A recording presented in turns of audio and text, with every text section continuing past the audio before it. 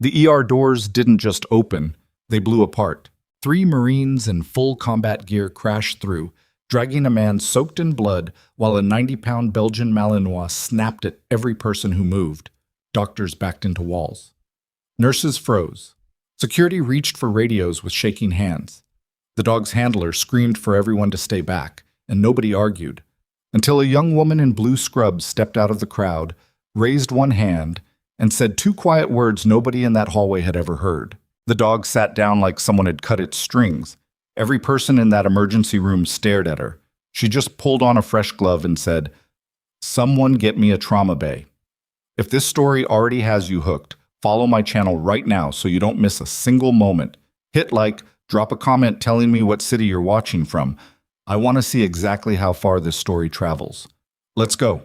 The morning had started the way most mornings started at Harlow General Hospital in Crestfield, Montana. Understaffed, overcrowded, and running on cold coffee and sheer stubbornness. Nora Callahan had clocked in at 6:45, same as always, 15 minutes before her shift technically began. She didn't do it to impress anyone. She did it because the overnight nurses looked like they'd been dragged behind a truck, and someone needed to check the med cart before the day team inherited someone else's mistakes. She was 29 years old, 5'4", with dark circles she'd stopped trying to hide, and a ponytail she'd stopped trying to fix. She wore the same brand of no-name scrub top every other nurse on the floor wore, carried the same style of trauma shears in her left breast pocket, and spoke to patients in the same low, even tone she used for everything. Calm not because she was performing calm, but because something in her had been calibrated to it a long time ago under circumstances nobody at Harlow General knew anything about. The charge nurse on the morning shift was Donna Marsh, 53, with reading glasses perpetually pushed up into hair that hadn't changed color or style since 2009. Donna wasn't cruel. She was just the kind of person who decided what something was in the first 30 seconds of seeing it, and once she'd decided, she didn't revisit. She'd looked at Nora on her first day 8 months ago, taken in the age, the quietness, the flat effect, and filed her somewhere between competent but unimpressive and too young to trust with anything that actually matters. "Carter," Donna said, appearing at the nursing station with a clipboard. She always called people by last names. It wasn't policy, it was just Donna. "It's Callahan," Nora said, not looking up from the chart she was reviewing. "Right." Donna set the clipboard on the desk. "Beds 4 through 7 are yours. Trauma overflow is holding, so stay on your side of the hall until I say otherwise.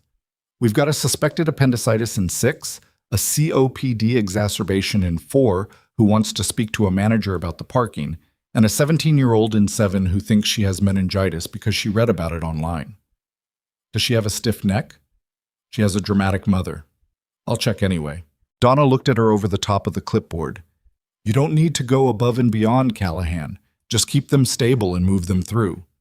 Nora nodded and didn't say what she was thinking, which was that keep them stable and move them through was a fine policy for a fast food counter and a terrible one for a hospital. She picked up her tablet and headed down the hall. The first 2 hours were what they always were, the low-grade controlled chaos of a regional hospital emergency department on a Tuesday. The COPD patient in bed 4 was named Harold, 71, former electrician, and genuinely angry about the parking situation, which Nora listened to with full attention while she checked his O2 sat and adjusted his flow rate.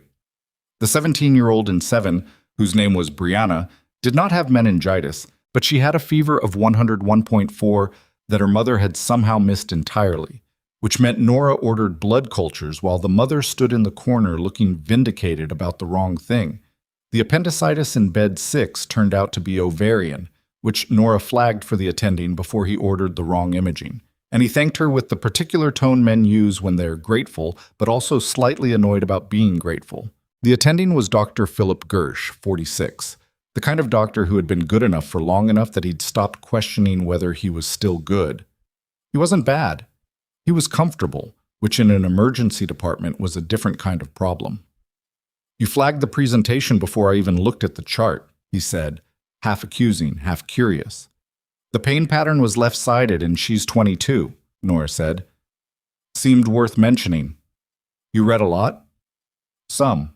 He looked at her for a moment like he was trying to work out what she was, then moved on, because he had 12 other patients and not enough time to satisfy his curiosity about the newish nurse who corrected him politely and never seemed rattled. The other nurses on the floor had varying opinions of Nora Callahan. Jess Tran, who was 26 and 3 years into her ER career and still hungry about all of it, liked her immediately and without reservation. Marcus Webb, 31, thought she was fine but kept waiting for her to make a big mistake that never came. Lori Ogg, 44, had been friends with Donna for 11 years and had absorbed Donna's opinion of Nora without ever really examining it, which meant she had a habit of assigning Nora the most tedious administrative tasks whenever the opportunity arose, like there was a correlation between being quiet and enjoying paperwork. Nora did the paperwork. She did it correctly and without complaint. She also noticed everything, which was a habit she'd never been able to turn off, even when she wanted to. The way Marcus always checked his phone when the charge desk was busy. The way the supply closet at the end of the hall had been restocked with the wrong gauge IV needles. The way the cardiac monitor on bed 2 made a sound every 40 minutes that wasn't in the error manual and probably should have been flagged 3 weeks ago. She mentioned the monitor to Donna at 9:15. "I'll put in a work order," Donna said, which meant she wouldn't. Nora put in the work order herself and said nothing about it. By 10:30, the department had the particular humming tension of a shift that was building towards something without anyone being able to say exactly what. The waiting room had filled faster than usual. 2 ambulances had come in back to back. Gersh was juggling a chest pain case and a possible stroke and moving between them with the efficient anxiety of someone trying not to drop anything. Nora was finishing a wound closure on a construction worker in bed 9. His name was Tommy. He'd caught a nail gun at exactly the wrong angle and was being remarkably calm about it. When she heard the automatic doors at the ambulance bay slam open hard enough to rattle the frame. Not the usual open, not the push-button glide. The kind of open that meant something had hit them from outside with force. She tied off the suture, told Tommy to hold still, and looked up. 3 men came through first. They were wearing civilian clothes, cargo pants, boots, jackets, but they moved the way she knew how to recognize, the way that had nothing to do with clothes and everything to do with how someone corners a room without thinking about it, how they track exits and threats as automatically as other people breathe. The man in the middle was being half carried by the other 2. He was in his late 60s, built like someone who'd been physically imposing for decades and hadn't entirely stopped. But right now his face was the color of old concrete and his left side was dark with blood that had soaked through what looked like 3 layers of improvised dressing. And then the dog came through, Belgian Malinois, maybe 90 pounds, on a tactical lead held by a 4th man who'd come in behind the others. The dog was not calm. The dog was doing what it had been trained to do in environments it read as hostile. Every muscle in its body was locked and forward, eyes moving, and when a nurse near the triage desk stepped toward the group, the animal turned and voiced something that wasn't quite a bark and wasn't quite a snarl, but was completely, unambiguously clear in its meaning. The nurse stopped moving. Everyone stopped moving. "We need a trauma bay," the man on the left said. His voice was controlled in the way voices get controlled when the person using them is working hard to override something underneath. "He's been bleeding for 40 minutes. GSW, left flank, probable internal." Gersh came out of bay 2. He took in the scene, and Nora watched him do the quick calculation that doctors do. The one where they assess what they're walking into and decide whether to approach or redirect. He approached, which was the right call, and he kept his voice steady. "Get him to trauma 1, he said. "Someone call security." The dog moved. Not an attack, a warning. It swung its head toward Gersh, and the low sound it made rippled through the room like something physical, and Gersh stopped walking because whatever else he wasn't stupid. "Keep everyone back," the handler said tightly. He was young, maybe 25, and the strain in his face was the strain of someone trying to manage a situation that was already past the point he'd planned for. "He won't bite unless—" "What's the dog's name?" The question came out flat and clear and cut right through everything else in the room. Nora had moved out of Bay 9 without deciding to. She was standing at the edge of the trauma corridor, 5 feet from the group, and every person in the vicinity was looking at her with expressions ranging from confused to horrified. The handler stared at her. "Ma'am, you need to stay—" "His name," she said again. Not louder, just clearer. "Rook," the handler said, apparently too surprised not to answer. Nora looked directly at the dog. Not at its handler, not at the men holding the wounded man. At the dog. And she held its gaze for 2 seconds, and then she said something in a low voice that made no sense to anyone in that hallway. A short phrase, 2 words, clipped and precise, in a cadence that was not English and not Spanish, and not anything any of them could identify. Rook sat down, not gradually, not reluctantly, immediately, completely, like a machine that had been given the correct input code. The handler's mouth opened. Donna Marsh, standing 15 feet back, said, "What in the—" "Trauma 1, Nora said, already moving to the wounded man's right side, her hand going to the dressing to assess it by feel before she even looked at Gersh for confirmation. "He needs imaging, and he's going to need a surgeon. What's his pressure?" One of the men supporting him, the one on the right, who had a jaw like a structural beam and was working extremely hard not to show how scared he was, said, "Last check was 84/50. That was 12 minutes ago." "Okay." She looked at him directly. "Is there an exit wound?" "Left posterior hip." "Good. Let's move." They moved. Trauma Bay 1 at Harlow General was not a large room, but it was an efficient one, and it filled up fast. Gersh, Nora, Jess Tran, who had appeared from somewhere and immediately started cutting away the layers of improvised dressing, a respiratory tech named Paul, who jogged in from the hallway, and the 2 men who'd brought the patient in, who positioned themselves against the wall and did not move and did not speak unless spoken to. The wounded man's name, they learned quickly, was Gerald Haas. That was all the information that came easily. The men with him were careful about everything else. Not evasive exactly, but economical in the way of people who have been trained to give only what's necessary. The handler, whose name turned out to be Corporal Aaron Vick, stayed in the doorway with Rook sitting precisely at his left heel, watching the room. Haas was conscious, barely, and the consciousness was the kind that kept threatening to slip. His eyes tracked Nora when she leaned over him, which was notable. His eyes moved past Gersh, past Jess, and found her specifically, and something in his expression changed. Not recognition, but something adjacent to it. The look of someone whose body has decided, on some animal level, that this specific person is safe. "Stay with us," Nora told him. "I know it hurts. You can complain about it later." The corner of his mouth moved. The GSW was through and through, left flank to posterior hip, and the bleeding had been partially slowed by the dressings the men had applied in the field, which were better than what most civilians managed, tight, layered, positioned to compress rather than just cover. Someone in that group had trauma training, and it had bought time. Whether it had bought enough time was the question. Gersh called for blood products and imaging and got the first IV line in while Nora worked the assessment. She moved quickly, but not frantically, her hands going through the process the way hands go through something they've done enough times that thinking about it would only slow things down. She had done this before, in different rooms, with worse equipment, under worse conditions than anything Harlow General would ever produce. She didn't think about that. She focused on what was in front of her. The imaging confirmed what they suspected. The bullet had passed through without hitting major vessels, which was the best news available. But there was internal bleeding that needed a surgeon's hands and needed them in the next 30 to 40 minutes. Gersh called the OR and started the handoff process and did everything correctly, and Nora worked alongside him and kept her eyes on Haas and didn't let herself look at the men against the wall. It was Jess who noticed the breathing. She was doing a secondary assessment while Gersh coordinated with surgery, and she paused, and Nora looked up, and Jess said quietly, "His O2's dropping." It was. From 96 to 91 in the time they'd been focused on the abdominal bleeding. Nora looked at the monitor, looked at Haas, and then listened. Not with a stethoscope, just listened, because sometimes the body tells you something faster than the equipment does. She picked up the stethoscope and put it to his chest. Left side. She listened for 4 seconds.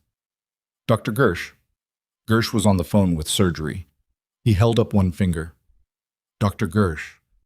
Still even, still quiet, but something in the second repetition that made Jess go still. He looked over. "I need you to listen to his left lung." He held her gaze for a moment. He was mid-sentence on the phone. He finished the sentence, told surgery to hold, and crossed the room. He listened. 30 seconds of silence, in which the only sounds were the monitor and Haas's labored breathing, and, from the doorway, the soft shift of Rook adjusting his position. Gersh lowered the stethoscope. The color of his face had changed slightly. "Tension pneumo," he said. "Yes," Nora said.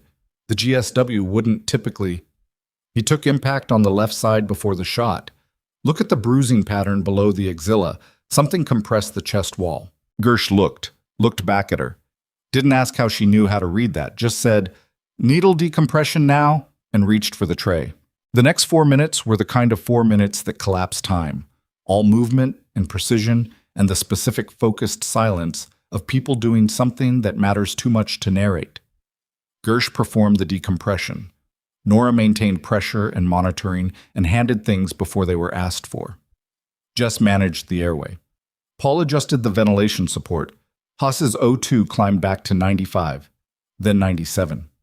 His breathing evened out. The tension in the room did not ease exactly, but it changed quality. Became something that was still serious but was no longer immediately desperate. "Nice catch," Gersh said, not quite looking at her. "You caught it," Nora said. "I just asked you to look." Which was true, technically, and also entirely the wrong way to understand what had happened, but she wasn't going to explain that. Shut. The man against the left wall, the one with the structural jaw, whose name turned out to be Staff Sergeant Dale Pruitt, waited until Haas was being prepped for transport to surgery before he crossed the room and stopped in front of Nora. "You said something to the dog," he said. It wasn't an accusation. It was the most careful possible way of asking a question he clearly felt he needed answered. "I did," Nora said. She was updating the chart and didn't stop.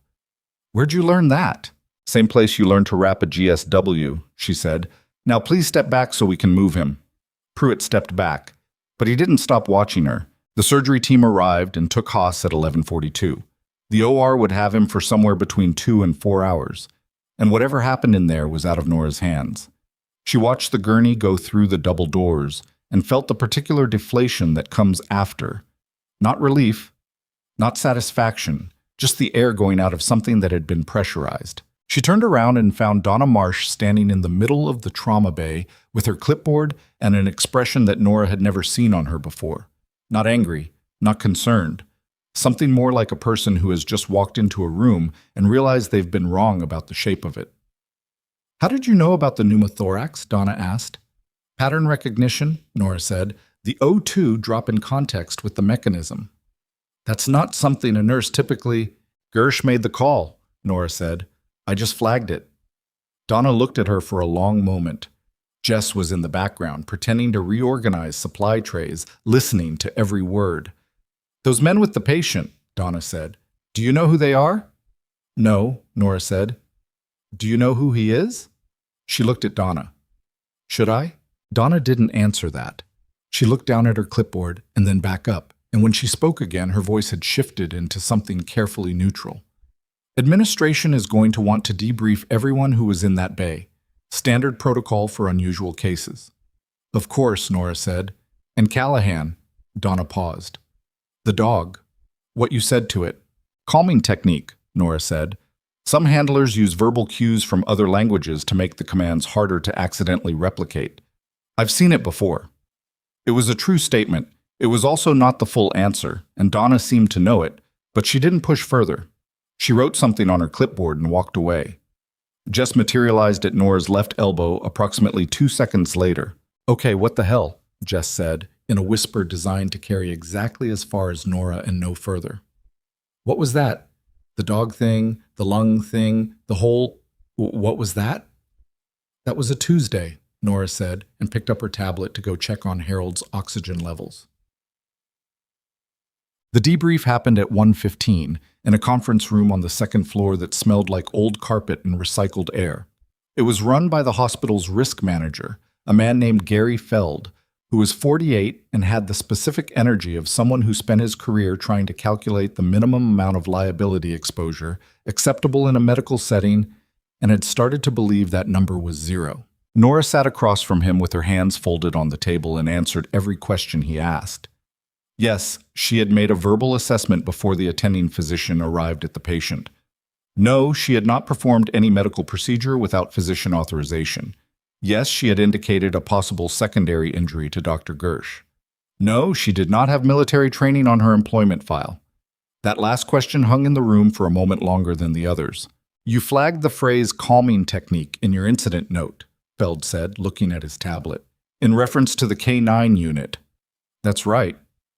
Where did you learn the specific verbal cue you used? Reading, Nora said. Feld looked at her. Reading. There's a lot of documentation on military working dog training protocols. I've always been interested in animal behavior. The pause that followed that statement was the length of a pause someone takes when they know they're being given an answer that is accurate but insufficient, and they're trying to decide how hard to push. Feld didn't push hard. It was risk management, not investigation. He wrote something, looked at her once more, and said, "We may need a follow-up conversation. Please don't discuss the specifics of the case with other staff in the meantime." "Of course," Nora said. She walked out of this conference room and down the hall and into the staff bathroom and ran cold water over her wrists for 30 seconds, which was something she did when she needed to reset without anyone seeing her do it. Her hands were steady. Her face in the mirror was the same face it always was. Whatever she was feeling, it was staying where she'd put it. She dried her hands and went back to work. By 4 in the afternoon, the hallways had settled, and Harlow General had returned to its regular controlled disorder. Haas was out of surgery and in the ICU, stable. The OR team had released a brief update that said things like successful intervention and prognosis favorable, which meant he'd probably live, which was the only thing that actually mattered. Pruitt and the other men had moved to the ICU waiting area and were still there, saying little, drinking bad coffee from the vending machine, and radiating the specific contained intensity of military personnel in an unfamiliar environment. Corporal Vic had taken Rook outside. Through the window at the end of the second-floor corridor, Nora had seen them in the parking lot, Vic sitting on a concrete barrier, the dog lying across his feet, both of them decompressing in whatever way they needed to. She was finishing her final chart notes when Donna appeared again. Something was different about Donna's posture now. She was standing in a way that was trying to look neutral and landing about 2 degrees short of it. "Can you come to my office for a moment?" Donna said. Nora came. The office was small, organized with the precision of someone who equated tidiness with control. Donna sat behind her desk. She had a paper in front of her that she didn't look at immediately. "I've just gotten off a call with Gary Feld and the hospital administrator," Donna said. Dr. Susan Krause. Nora had met Krause once. She was efficient, numbers-oriented, and had the kind of smile that existed only in formal settings. "There are some concerns," Donna said, "about the incident this morning." "Okay," Nora said, "specifically about your role in the patient interaction, Donna stopped, started again. "The concern is that you may have overstepped the scope of your position in a way that creates liability questions." Nora looked at her. "I flagged a secondary diagnosis to the attending physician, and he made every medical decision himself. I understand that. But the way you entered the situation, the way you communicated with the K9 unit, it raises questions about your background that aren't reflected in your employment file."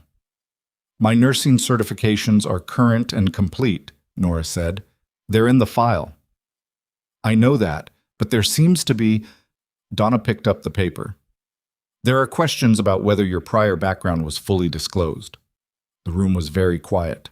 "What is the hospital asking me to do?" Nora said. Donna set the paper down. She looked like someone who was doing something she had been told to do and was not entirely sure she agreed with, but had decided not to examine that feeling too closely.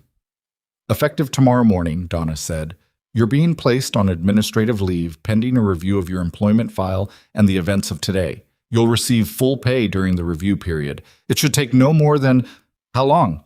2 to 3 weeks. Gary will send you the formal documentation by end of day." Nora looked at her for a moment. Not with anger. With something that was harder to read than anger. "The patient is alive," she said. "I know," Donna said, "because someone noticed something nobody else saw." "Nora." For the first time, Donna used her first name. "I don't disagree with what you did, but the way it happened, the questions it's raised, the hospital needs to protect itself. It's not personal." "I know it's not," Nora said. She stood up, which was Donna's cue to say something else. But Donna didn't say anything else. She looked at the paper on her desk and waited. Nora walked out of the office, back down the hall, and retrieved her bag from her locker. She changed out of her scrubs in the locker room, folded them, and put them in her bag with the careful efficiency of someone finishing a thing completely.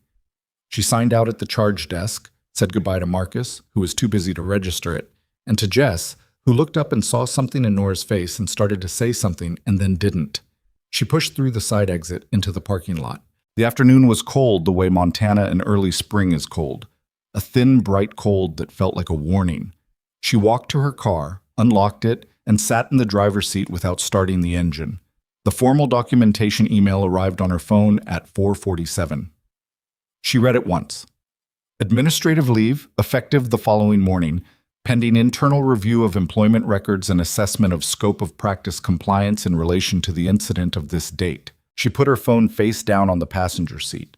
Through the front windshield of her car, she had a clear line of sight to the hospital's side entrance and the concrete barrier where Corporal Vic had been sitting earlier.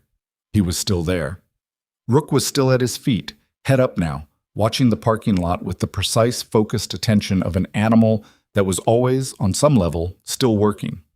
As Nora watched, Vic looked down at the dog. Then he looked up directly at her car with the expression of someone who had been thinking about something for the past 4 hours and had finally reached a conclusion about it. He pulled out a phone and made a call. Nora watched him talk. Couldn't hear the words. Didn't need to. She'd spent enough time reading situations from a distance that the body language was enough. The shift in his posture when the call connected, the way he turned slightly away from the hospital entrance, the particular stillness of someone delivering specific, careful information to someone they considered significantly above them in the chain. He was reporting in. Nora started her car. Whatever was coming next, it wasn't going to wait 2 to 3 weeks. She drove home on autopilot, muscle memory handling the turns while her brain worked through everything else. The apartment was a 20-minute drive from the hospital, a second-floor unit in a building that had probably been nice in 1994 and had since settled into a kind of comfortable shabbiness that Nora had never bothered to improve. She'd hung one picture, a topographic map of a mountain range she'd spent 4 months in, unnamed on the print, recognizable to maybe 12 people alive. Everything else was functional. Furniture that worked. A kitchen stocked with things she actually cooked. Walls that were clean but bare. In the way walls get bare, when the person living between them has learned not to accumulate things they'd have to leave behind. She put her bag down by the door and stood in the kitchen and drank a glass of water standing up, which was something she'd done since her early 20s and had never examined closely enough to understand whether it was efficiency or something else. Then she sat at the table and opened her laptop. She wasn't searching for anything specific. It was more like checking the horizon, the habit of someone who had spent years needing to know what was approaching before it arrived. She searched Gerald Haas, which gave her nothing immediately useful because it was a common enough name and she didn't have enough identifiers. She searched the men's unit patch instead, the one she'd clocked on the inside collar of Pruitt's jacket when he'd turned during the trauma bay handoff. It was a small detail and she'd noted it the way she noted everything, automatically, without deciding to. What came back made her sit still for a moment. Not long. Maybe 10 seconds. Then she closed the laptop. The formal suspension letter arrived by email at 8:14 the next morning, while Nora was on her second cup of coffee and her first full night's sleep in 4 days, which said something about the state of her regular schedule. The letter was 3 paragraphs in HR language throughout. Temporary administrative measure, pending review completion, no reflection of performance concerns at this time, which was the institutional equivalent of telling someone their house was fine while the smoke detectors went off. She read it twice, forwarded it to her personal file folder, and washed her cup. By 9 a.m., she was in the parking lot of a hardware store 2 blocks from her building because she had a leaking pipe under the bathroom sink that she'd been putting off fixing for 6 weeks, and she had nothing but time. She was comparing compression fittings when her phone buzzed with a number she didn't recognize, like Montana area code, but not saved. She answered. "Callahan," she said, a pause. Then a woman's voice, professional but not cold. "Miss Callahan, my name is Dr. Ida Reese. I'm calling from the Office of the Inspector General for Medical Standards, Western Region. I was hoping we could talk about the incident at Harlow General yesterday." Nora looked at the compression fittings. "Who referred you to me?" "I'd rather not say over the phone.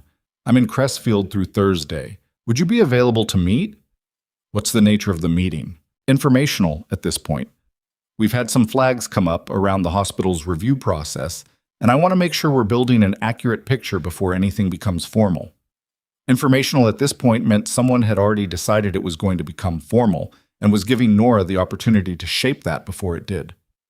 I can meet tomorrow, Nora said. Morning. 10 o'clock? There's a diner on Clearwater called the Mill Pond. I know it, Nora said. I'll be there. She bought the compression fittings, went home, and fixed the pipe. The pipe fought her for 40 minutes. The fitting was corroded in a way the previous tenant had clearly been ignoring for longer than 6 weeks, and she had to make a second trip to the hardware store for a different size. And when she finally got it sealed and tested it, and it held, she sat back on the bathroom floor and experienced the specific small satisfaction of a thing done correctly after being done badly by someone else. Her phone buzzed again. This time, it was a text from Jess. "Can you talk?" she called. Jess picked up on the first ring and immediately launched in. "Okay, first of all, I can't believe I know I can't officially say anything, but this is so..." She stopped, restarted. "They called Marcus in this morning for a supplemental statement, and Lori, and me." "About what specifically?" "About whether you'd expressed opinions about patient diagnoses outside of your scope. Like, whether you had a pattern of it." Jess's voice had the particular tightness of someone who was angry on someone else's behalf and was also genuinely nervous. Nora, it felt like they were building something, not just reviewing the incident. Building. Nora was quiet for a moment. Outside her window, a pickup truck was idling at the intersection, the engine knocking in a way that suggested someone was going to have a bad day soon. "What did you say?" she asked. "I said you were a good nurse who flagged things to the physician on duty and let him make the calls." "Which is true." A pause. "Nora, what's going on? Who was that patient? Those men with him? They weren't just regular people." "I don't know who they were," Nora said, which was now technically not entirely true, but the part that mattered. What any of it meant. What was coming. She genuinely didn't know that part yet. "Are you okay?" "I'm fixing pipes," Nora said. "I'm fine." After she hung up, she sat on the bathroom floor for another minute. The pipe held. The apartment was quiet. Somewhere underneath the quiet, something was moving. She could feel it the way she'd learned to feel things, which was not with certainty, but with the accumulated intuition of someone who had spent years in environments where missing a shift in the landscape had real consequences. Something had been set in motion yesterday. She didn't know yet which direction it was going to move. That evening, a news brief ran on the Crestfield local station about a military figure being treated at Harlow General following an unspecified incident. The report was short, careful, and almost entirely free of actual information, which in Nora's experience meant someone was managing it deliberately. The man's name wasn't mentioned. The nature of the incident wasn't mentioned. The hospital was confirmed. And there was a statement from a public affairs office that said something about ongoing care and gratitude for the local medical community, which was the kind of language designed to convey appreciation while revealing nothing. She watched the brief twice, then turned off the TV. What she knew from the unit patch and the men's bearing and the careful way Pruitt had chosen every word in that trauma bay was that Gerald Haas was not a retired neighbor who'd been in the wrong place. The configuration of those men, the way they moved, the way they deferred to each other, the K9 protocol, suggested something more specific. What she hadn't been able to piece together was the why of it. Why Crestfield? Why they'd come through a civilian emergency room rather than calling for a military medical asset, which meant either they didn't have time or they were somewhere they weren't supposed to be. Both of those things had implications. She made dinner, eggs and rice, the same dinner she'd made on autopilot for years because it was fast and she never had to think about it, and was cleaning the pan when her doorbell rang. She looked at the door. She wasn't expecting anyone. She crossed the apartment and checked through the peephole before opening it, another habit she'd never analyzed, and what she saw through the fisheye lens was Corporal Aaron Vick standing in her hallway in civilian clothes, jeans, a canvas jacket, the dog absent, holding what looked like a paper coffee cup, and looking like someone who'd talked himself into doing something and was now reconsidering the approach. She opened the door. He looked more surprised than she did. "How do you know where I live?" she said. I asked someone at the hospital, he said. I get that it's not great. I'm sorry. I wouldn't have come if it wasn't. He stopped. Can I come in? She looked at him for a moment. He was 25 or 26, genuinely young in a way the uniform had obscured, and he was trying very hard not to look like he was as unsettled as he was. Come in, she said. He sat at her kitchen table with the coffee cup and didn't open it, which told her he'd bought it as a prop to look less uncomfortable and wasn't actually going to drink it. She sat across from him and waited. General Haas is out of the ICU, Vic said. He's in a private room, stable. The surgeon says he'll make a full recovery if he doesn't do anything stupid for 6 weeks, which Sergeant Pruitt says is going to be the hard part. Good, Nora said. He's been asking about you, Vic said, since he came out of the anesthesia. Who you were. How you knew Crate. He paused. The command phrase, the one you used, that protocol is not public. It's not in any open source documentation. It's not anywhere you could have just read it. He looked at her directly. So I need to understand where you came from. The kitchen was quiet. The pipe under the bathroom sink held. I separated 4 years ago, Nora said. Honorably. My record is sealed at my request, which I was entitled to. My nursing certifications are legitimate and current. Everything I did in that trauma bay was within the scope of what I'm legally allowed to do. I know that, he said.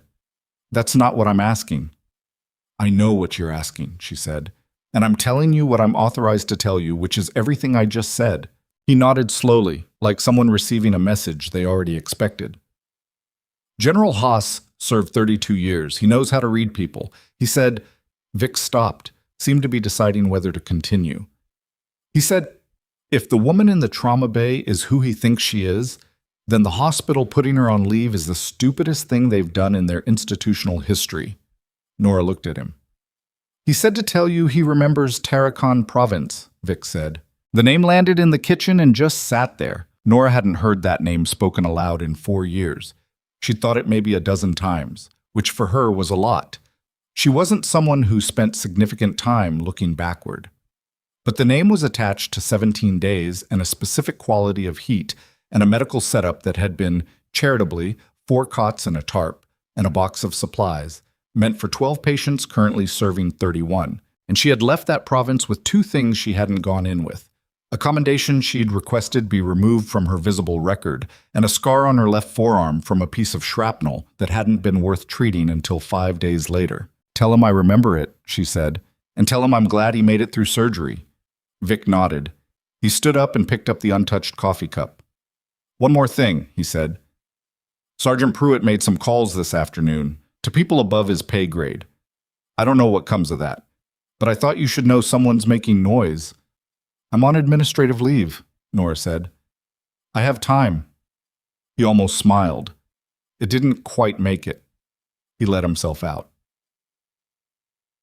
Bantam. The meeting with Dr. Ida Reese the next morning lasted 90 minutes and covered substantially more than Nora had expected. Reese was 51, small and precise, with the manner of someone who had learned that projecting warmth was more effective than projecting authority. She had a notepad that she wrote on occasionally in handwriting too small to read upside down, and she asked her questions in a sequence that seemed conversational until Nora noticed the architecture underneath it, each question building on the last, building a structure that was either going to support Nora or hem her in, depending on how she answered. Nora answered carefully and completely. She told Reese the same thing she'd told Feld, the same thing she'd told Vic. The actions in the trauma bay had been within her scope. The physician had made every clinical decision. She had provided observation and flagged a possible secondary condition in the manner she was trained to do. And the military working dog, Reese said, the verbal cue. Calming technique, Nora said, documented in training literature. Reese wrote something. Ms. Callahan, what I'm going to tell you is not for general circulation at this point. The hospital's review is being flagged by our office because it appears to have been initiated less out of genuine compliance concern and more out of, she chose the word carefully, institutional discomfort, which is not a legitimate basis for administrative action against a staff member. What does that mean in practice? Nora asked. It means we'll be watching how the review progresses. And if it progresses in ways that seem designed to produce a predetermined outcome rather than an accurate one, that becomes our business. Reese looked at her. Have you retained legal counsel? Not yet. You might want to. Nora walked out of the mill pond into the thin cold of a Montana morning and stood on the sidewalk for a moment. The street was quiet. A woman was walking a dog across the intersection. A truck idled outside a hardware store. Normal Tuesday world turning at normal Tuesday speed, indifferent to whatever was building inside Harlow General. She called a lawyer that afternoon, a woman named Patricia Solano, who had been recommended by exactly no one because Nora didn't have the kind of social network that generated recommendations. She'd found Solano through her firm's published case history, which showed a consistent pattern of winning the kind of case where an institution tried to quietly eliminate a problem person and got caught doing it badly. Solano listened to the summary without interrupting, asked 4 very precise questions, and then said, "Send me the suspension letter and the incident report. I'll look at it tonight." How quickly do these things typically move? Nora asked. Depends on whether they're smart about it or not, Solano said. If they're smart, they'll reinstate you quietly and call it a misunderstanding. If they're not smart, a pause. Some institutions are not smart. Harlow General's administration was not, as it turned out, smart. On Thursday morning, 48 hours after Nora's suspension, Gary Feld released a formal statement to the nursing staff that referenced, without naming her, a staff member who had acted outside her license scope during a recent high-pressure incident, and that the hospital was committed to ensuring all staff adhered to clearly defined professional boundaries. The statement was carefully worded enough to be deniable as direct reference. It was also specific enough that every nurse on the floor knew exactly who it was about. Jess texted Nora a screenshot within 20 minutes of it going out. They sent this hospital-wide. Hospital-wide. Nora.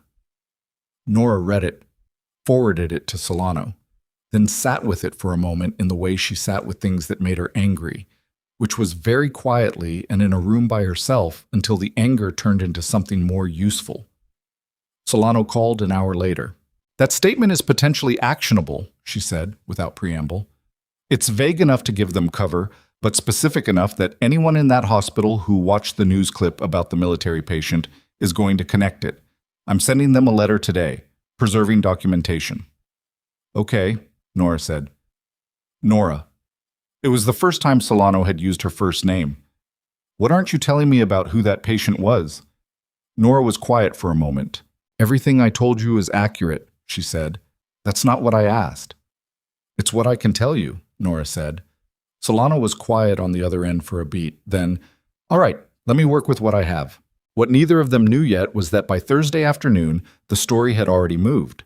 Not through the news, not through official channels, through the particular informal network that exists in military communities, which operates faster than any institution and is almost entirely resistant to suppression once it starts. Someone had talked. Probably not Vic. Possibly Pruitt. Possibly someone above Pruitt who'd received a call and made some calls of their own. What had started as a brief, managed local news item about a military figure receiving care at a civilian hospital had been picked up by 3 veteran community forums by noon Thursday, and by 4 p.m. 2 of them had posts with enough specific detail. Nurse recognized the dog's classified command phrase, caught a secondary injury the attending missed, suspended for doing her job. That it was clear the source had first-hand knowledge of the trauma bay. By 6 p.m. Thursday, those posts had been shared 1,600 times. By 10 p.m., they'd been shared 11,000. Nora didn't see any of this until Friday morning when she woke up to 47 missed calls, a text from Jess that was mostly capital letters, and a voicemail from a number she didn't recognize that turned out to be a morning news producer in Denver who had gotten her number from someone who had gotten it from someone else in a chain that she couldn't trace. She stood in her kitchen and looked at her phone. Then she made coffee and called Solano. "I've seen it," Solano said immediately. "I've been up since 5. The hospital's PR team is going to be having a very bad morning." "I didn't talk to anyone," Nora said. "I know you didn't. Doesn't matter who did.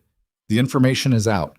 What matters now is that every statement they've made about you, including that staff-wide memo, is going to be held up against what's being reported on those forums, and the gap between the two is going to be visible to everyone looking.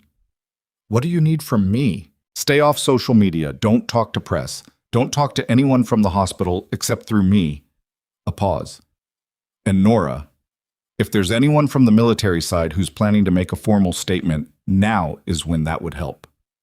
Nora thought about Vic standing in her kitchen with an untouched coffee cup, about Pruitt making calls to people above his pay grade. I'll see what I can find out, she said. General Gerald Haas had been moved from the ICU to a private room on the 4th floor of Harlow General, which meant he was now in the same building as the people who had suspended the nurse who'd helped keep him alive. And he was aware of this, and he was not handling it quietly. Pruitt had told Nora this secondhand through Vic, through a text message chain that had the slightly stilted quality of people trying to communicate carefully without committing anything important to writing. What she understood from it was that Haas had requested a meeting with hospital administration while still attached to monitoring equipment, which had been respectfully declined on medical grounds, which had not improved his mood. She hadn't met Haas properly. She'd been focused on keeping him alive, and then he'd been moved to surgery, and by the time she'd have normally circled back for a follow-up conversation, she'd been suspended. She knew his face from those 40 minutes in the trauma bay. The color it had been, the quality of his breathing, the way his eyes had tracked her. She knew the feel of a patient, which was different from knowing a person. What she knew about him beyond that was inference and reputation. On Friday afternoon, Vic called her directly. "He wants to see you," Vic said. "General Haas." "I'm on administrative leave," Nora said. "I'm not supposed to be in the building." "He's aware of that. He's asking if you'd come anyway." Nora thought about it. "I'll come." The hospital's side entrance, the one near the parking structure, was not monitored between 2 and 4 p.m. because of a staffing overlap in security. Nora had noticed this in her first month and filed it away for no particular reason, the way she filed most things. She used it now, coming in through the stairwell and up to 4 without encountering anyone from administration. Pruitt was outside the room. He nodded at her once without speaking and opened the door. The room was the kind of private hospital room that looked like it was trying to seem pleasant and mostly succeeded, with a window looking out over the parking structure and equipment arranged to allow the patient some mobility. Haas was sitting up in the bed, and the monitoring equipment was still attached, but the color had come back to his face, and the quality of his presence had shifted from what it had been in the trauma bay. There was weight to him now, the weight of someone who was hurt but functional and thinking clearly. He looked at her when she came in and didn't say anything for a moment. She didn't say anything either. She was used to silences. "Tarakan Province," he said finally. "March, 8 years ago. There was a corpsman attached to the 3rd who went by Crow. Nobody used first names in that rotation. Crow kept 11 people alive in 17 days on supplies meant for 4. 2 of those people are currently active duty. One of them is a colonel." He paused. "I was in the forward command. I got the full report." "I remember," Nora said. "You requested the commendation be struck." "I had reasons." He didn't push that. He looked at her with the assessment she'd seen from command figures her whole career, the look that was reading something it had mostly already read, confirming rather than discovering. "They suspended you," he said. "Yes." "For saving my life." "For flagging something to the attending physician who then acted on it," she said. "The distinction matters legally." The corner of his mouth moved in a way that wasn't quite a smile. "You sound like you've been talking to a lawyer." "I have." "Good." He shifted slightly in the bed, and something in the movement reminded her that he was 67 and had a bullet track through his flank and should probably be talking less than he was. "I made some calls yesterday, from this room, which my care team would prefer I hadn't, but they've stopped arguing with me about it." "What kind of calls?" "The kind that produce results," he said. "Whether you want them to or not. I'm sorry about that. I know you built something here that didn't include people knowing who you used to be." "What's coming?" she said. He looked at her steadily. "People who know what you did and what you've been doing are paying attention to this situation. The Marine Corps doesn't like what's happened here. My office doesn't like it. And there are 2 senators on the Veterans Affairs Committee who received briefings this morning that I am told were not brief." He paused. "The hospital is going to receive formal communication by the end of business today, from sources they will not be comfortable ignoring." Nora stood at the foot of his bed and processed this without showing much of what she was processing. "I didn't ask for any of that," she said. "No," he agreed. "You wouldn't. That's exactly why it's happening." She looked at him. He looked back at her with the steadiness of someone who has made a decision and is at peace with it. "How are you feeling?" she said. He blinked. Then genuinely, he laughed, the short, startled laugh of someone who hadn't expected the conversation to land there. "Honestly, like I got shot." "You did," she said. "Drink more fluids and stop making phone calls." She left the way she'd come in. Down the stairwell, through the side entrance, into the parking structure. The afternoon had turned gray and the air smelled like rain. She sat in her car for a moment with her hands on the wheel. Her phone buzzed. Solano. "I just received a call from Harlow General's legal team," Solano said. "They want to set up a meeting Monday morning, first thing." "That was fast," Nora said. "Whatever pressure came from the outside, it hit hard. They're not saying what the meeting is about, but the tone of the call was—" Solano paused. "They're scared, Nora. Something scared them." Through the parking structure's open side, Nora could see the edge of the hospital's main building.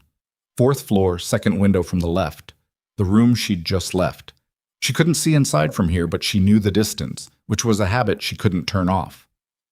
"Set the meeting," Nora said. "Done. Monday, 8 a.m. A pause. "One more thing. I did some digging on your patient. The public affairs statement, the way the news managed it. Your patient isn't just a retired officer, is he?" Nora watched the hospital building. "He served," she said. "Nora." "He's a patient," she said, "and he's going to be fine. That's what I know." She ended the call.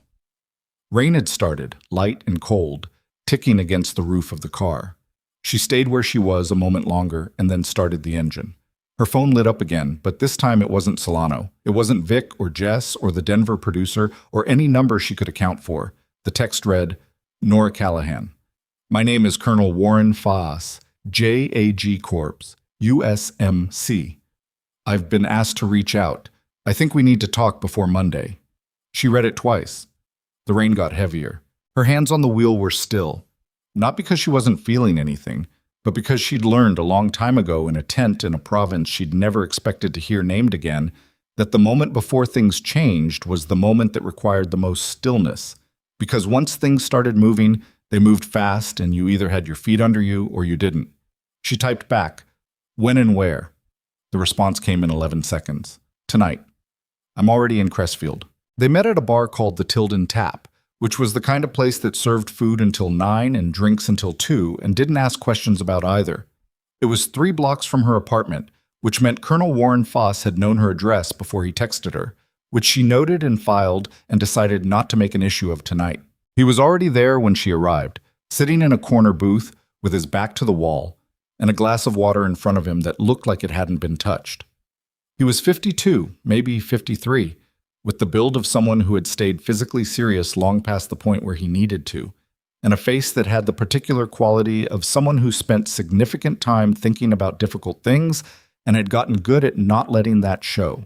He was in civilian clothes, dark jacket, no insignia, but he sat the way military people sat, which was differently from everyone else. He stood when she reached the table.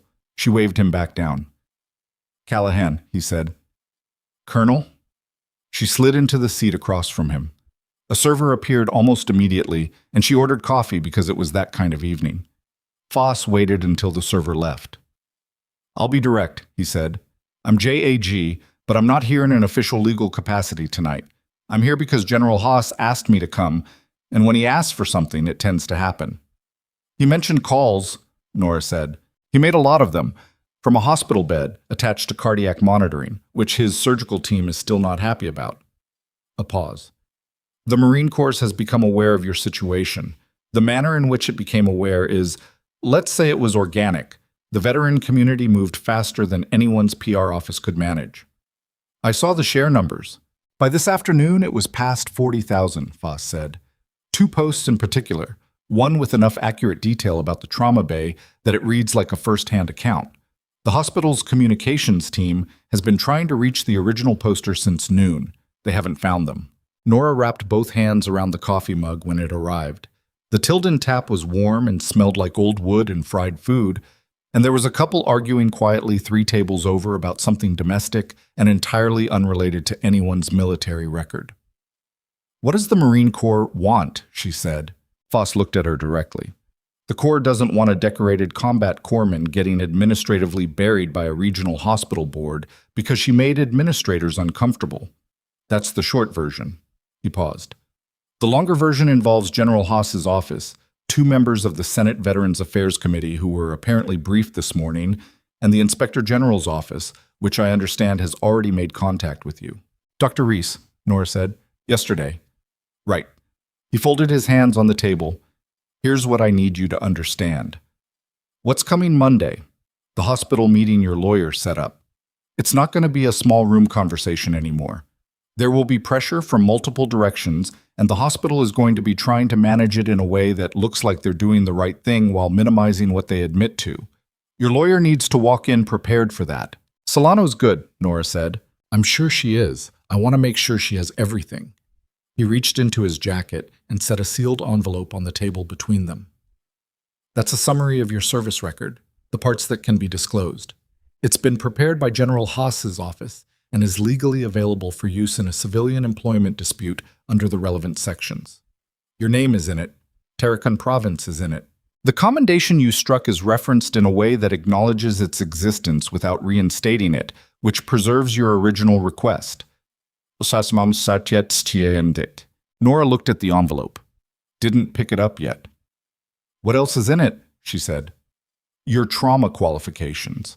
The medical training that goes beyond standard corpsman certification. Field surgical assistance, triage command, casualty collection point management. He paused. Enough to establish that what you did in that trauma bay wasn't guesswork or overreach. It was exactly what your training prepared you for. And the command phrase. Foss was quiet for a moment. The phrase is classified. It can't be in the document.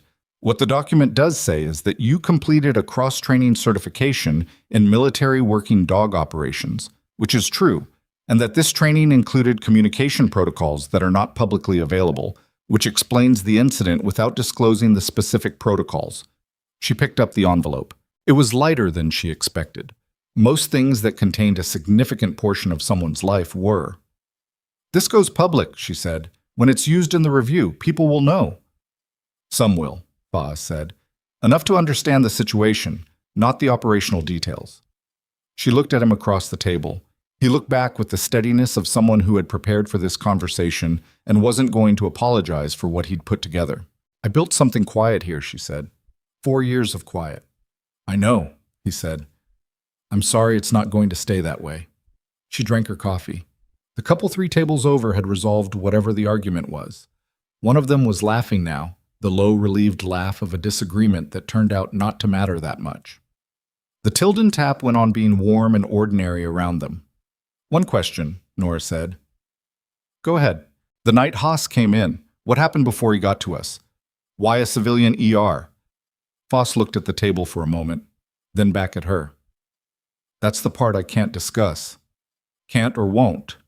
Both, he said, and I think you understand why. She did. She picked up the envelope and put it in her jacket. Give me Solano's number, Foss said. I want to brief her before Monday, tonight if possible. I'll text it to you, Nora said. They finished in 10 more minutes.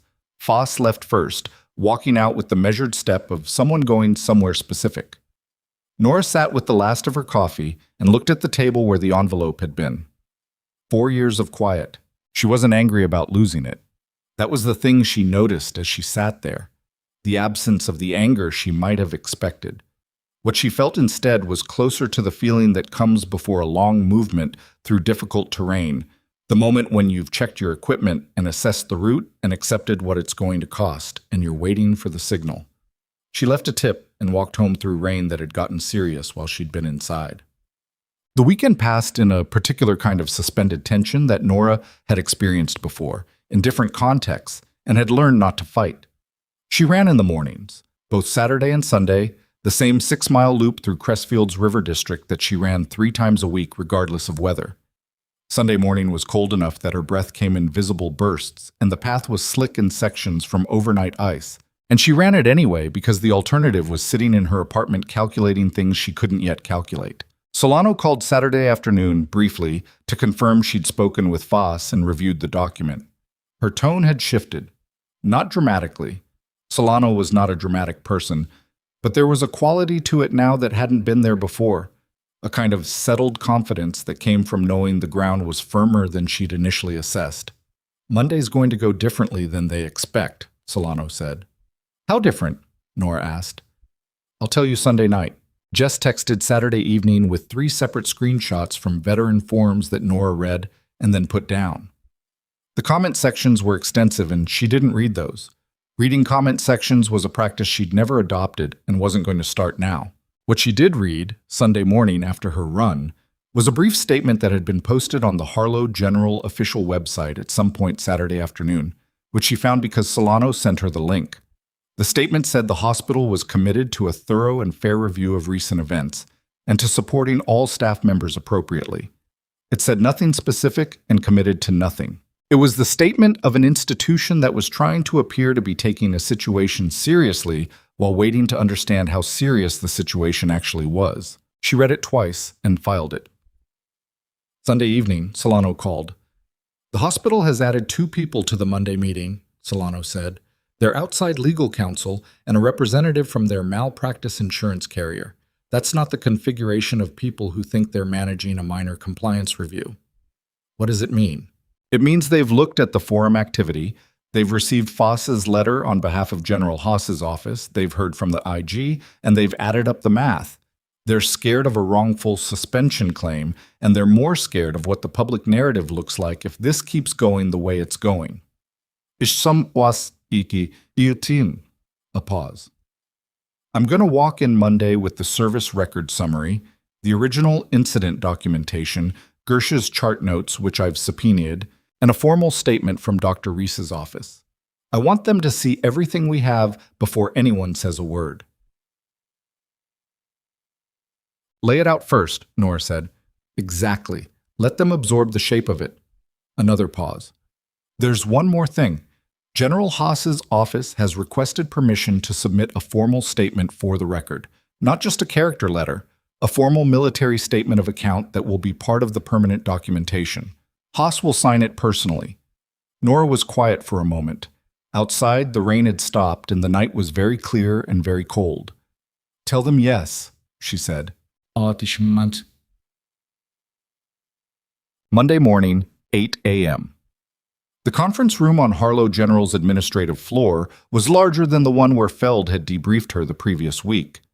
It had better chairs and a longer table and a window that faced east, and the morning sun was coming through it at an angle that put Gary Feld directly in the light when he sat down, which was not a comfortable position and which he compensated for by angling himself sideways, which made him look like he was trying to avoid something. Feld was there. Dr. Susan Krauss, the hospital administrator, was there. This was the second time Nora had been in a room with her, and the first time she'd seen Krauss look anything other than precisely calibrated. The outside legal counsel was a man named Darnell Hewitt, 58, with the practiced stillness of someone who spent considerable time in rooms where things were decided and had stopped being anxious about it. The insurance carrier representative was a woman named Petra Solm, who had the particular quality of someone who was there to assess damage rather than assign it. Solano sat to Nora's left. She'd worn a dark jacket and had a closed laptop and a stack of physical documents in front of her, which in Nora's assessment was a deliberate choice. The physical documents were a statement about the kind of meeting this was going to be. Nora herself had worn the same things she'd wear to any professional meeting, clean, appropriate, nothing chosen to perform anything. She'd slept adequately. Her hands were steady. She looked at the people across the table and waited. Krauss opened with a brief statement about the hospital's commitment to staff welfare and fair process that lasted approximately 90 seconds, and then Hewitt started to organize his own documents, and Solano said, "Before we proceed, I'd like to table the following materials for the record," and pushed the stack of documents across. She named each one clearly as she pushed it: the original incident report, Dr. Gersh's chart notes, the formal statement from Dr. Reese's office, the service record summary from General Haas's office, and the signed formal statement from General Haas himself. The room had a specific quality of silence when she finished. Krauss looked at the stack. Hewitt looked at Krauss. Feld was still angling away from the window. "General Haas's statement," Hewitt said. He picked it up and looked at it and set it down. "This is signed yesterday," Solano said. "While General Haas was still receiving care in this facility, on the fourth floor, while your hospital had the nurse who helped save his life on administrative leave." There was a pause in which no one said anything. Hewitt was the first to find his footing. He was a professional, and he'd been in worse rooms than this, and he knew how to regroup. "We appreciate the additional context. The purpose of today's meeting, Solano said, is to establish the path by which Harlow General corrects an administrative action taken against my client without legitimate basis, to document what steps the hospital will take to ensure that action has no lasting effect on her employment record, and to address the hospital-wide communication that was distributed Thursday, which my client considers defamatory." The word defamatory landed differently than the other words. Petra Solm, the insurance rep, wrote something on her notepad. Krauss looked at Nora directly for the first time since the meeting started.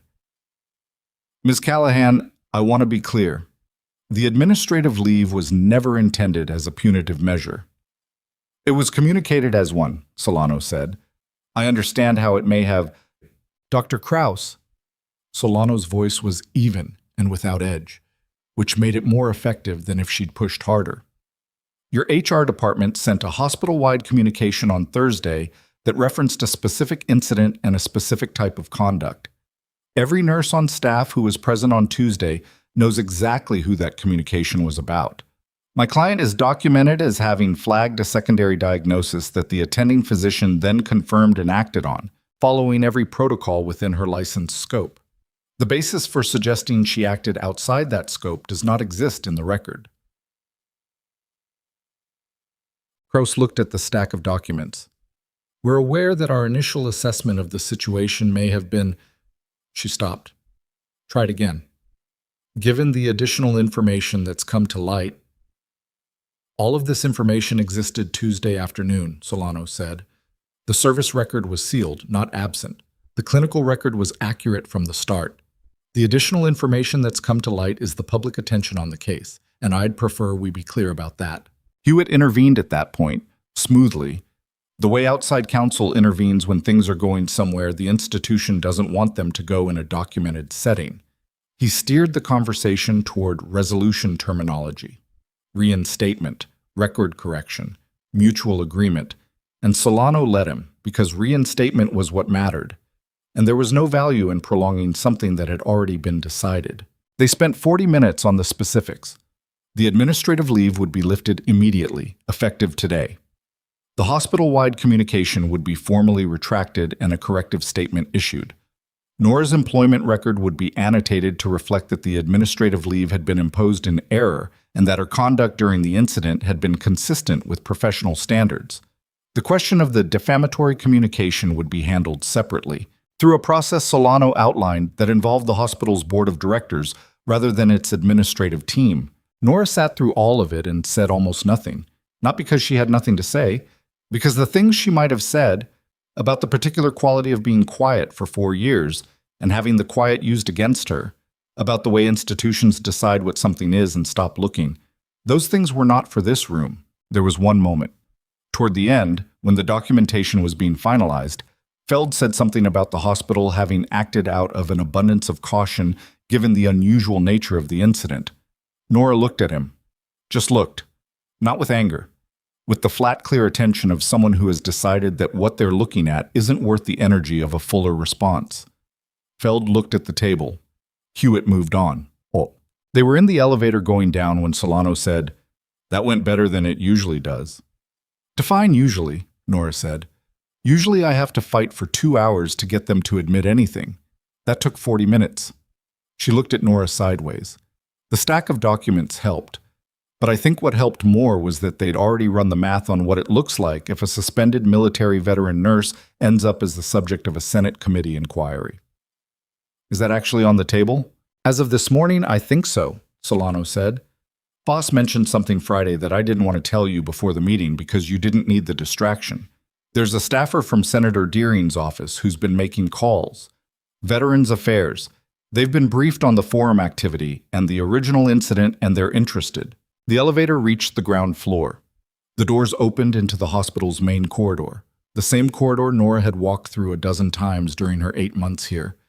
The same floors, the same fluorescent overhead lights, the same ambient sounds of a building doing its particular kind of continuous work.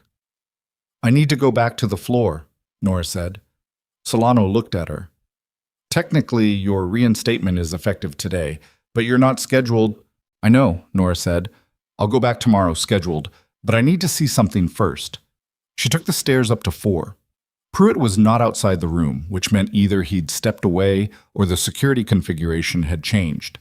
She knocked once and opened the door. Haas was sitting up in the bed, and he was on the phone, and he held up one finger when she came in. The same gesture Gersh had used Tuesday when she'd needed him to listen to a lung, which struck her as faintly ironic. She waited by the door. He finished the call, set the phone down. How'd it go? He said. Reinstatement, record correction, retraction of the Thursday communication, she said. He nodded.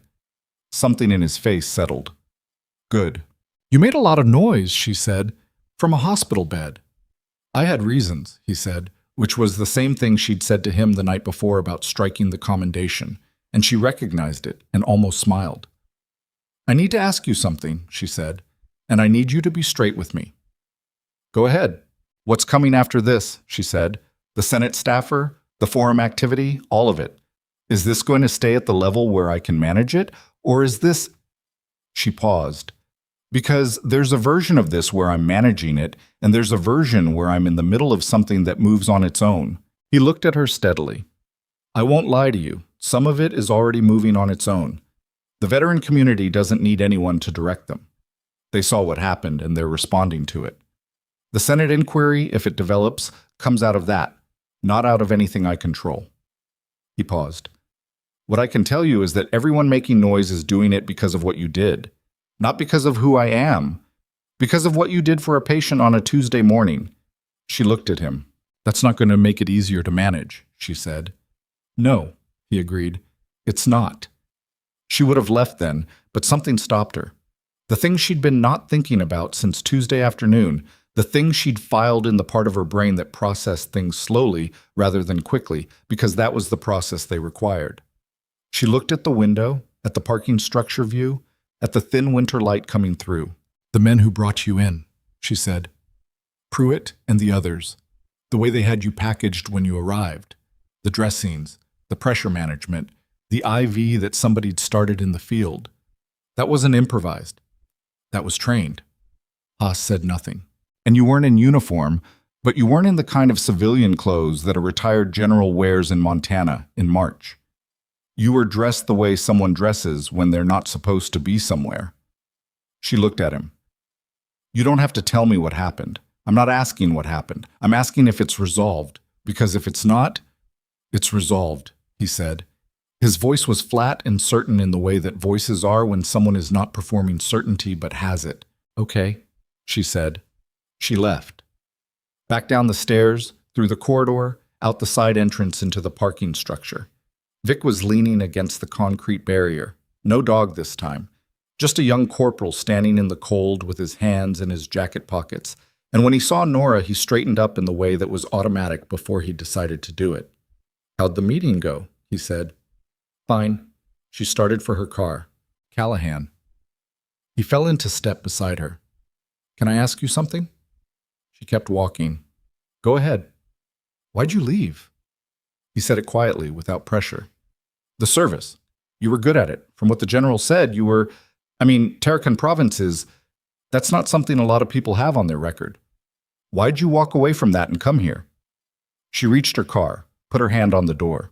She thought about the honest answer, which was complicated and involved things she hadn't said aloud to anyone in Crestfield and wasn't going to start with a corporal in a parking structure. She thought about the easy answer, which would satisfy him without telling him anything. She settled on the one in between. I needed to do the work without the weight of everything around the work, she said. Just the patients, just the medicine. He thought about that.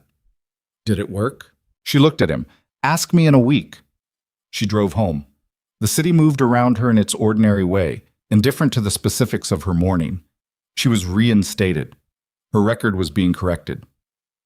48 hours ago, she'd been sitting in a bathroom running cold water over her wrists. Now the institution that had tried to quietly eliminate her was drafting a retraction. It should have felt like resolution. It felt like the first phase of something. Tuesday morning, she went back to the floor. The charge desk at 7:30 a.m. had the same energy it always had. A little raw, a little fast, the residue of the overnight shift visible in the faces of the people handing off. Donna was there. She looked up when Nora came through the door, and something passed across her face.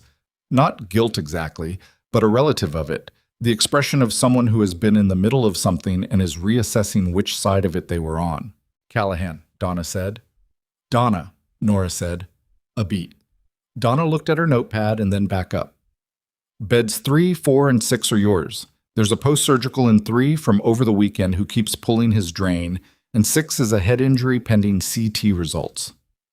"Okay," Nora said, and went to work. Jess materialized at her shoulder within 4 minutes of her arrival, appearing from the supply room with the focused energy of someone who had been waiting and was now using movement to express it. "You came back," Jess said. "I work here," Nora said. "You know what I mean." Jess fell into step beside her. "Nora, the whole floor has been... Everyone knows what happened. Everyone knows what you did. The Monday meeting, the retraction. Marcus told me the Thursday memo was being pulled down from the internal board." "Good," Nora said. She stopped at the door to bed 3. "Jess?" "Yeah." "I'm just a nurse, that's all. Can we do the job?" Jess looked at her for a moment, then she nodded. "Yeah, we can do the job." The morning moved the way mornings moved. The post-surgical in 3 was indeed pulling at his drain with the determination of someone who had decided he was fine, and the drain was a suggestion, and Nora spent 12 minutes talking him out of it with the kind of patient-specific calm that only works when the person deploying it actually means it. The head injury in 6 turned out to have a more complicated picture than the initial presentation, and she flagged it to the attending. A different physician this morning, a Dr. Yolanda Marsh, no relation to Donna, who ordered the additional imaging that confirmed Nora's read.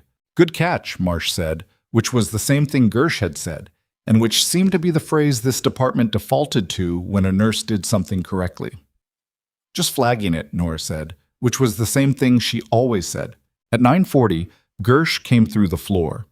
He hadn't been on yesterday. She'd checked the schedule out of habit. He stopped when he saw her and stood in the hallway for a moment with the look of someone who has been thinking about what to say and hasn't fully worked it out. "Callahan," he said. "Dr. Gersh." He looked at his clipboard, then at her. "I submitted a supplemental statement last week, to the review, about the pneumothorax catch." "Okay," she said. "I said it was correct and timely and that the outcome would have been significantly different without it." He looked like the statement cost him something, not because it wasn't true, but because saying it aloud required acknowledging that his initial read had been incomplete. "I don't know if it helped." "I heard the review resolved," she said. "Right." He nodded, looked at the clipboard. "You're good at this." "So are you," she said, because it was true, and because she wasn't the kind of person who withheld true things just because the situation was complicated. He nodded again and moved on down the corridor. It was a small exchange. It didn't fix anything structural, but it was real, which was enough. By noon, the floor had normalized around her return in the way that floors do, the fact of her presence restoring a kind of equilibrium that her absence had apparently disturbed, though she hadn't been aware of disturbing it. People spoke to her the way they'd spoken to her before, some of them a shade more carefully, some of them exactly the same. Lori Ogg avoided her, which Nora noted and didn't pursue. At 12:40, her phone buzzed in her scrub pocket. She checked it in the break room during her 10 minutes.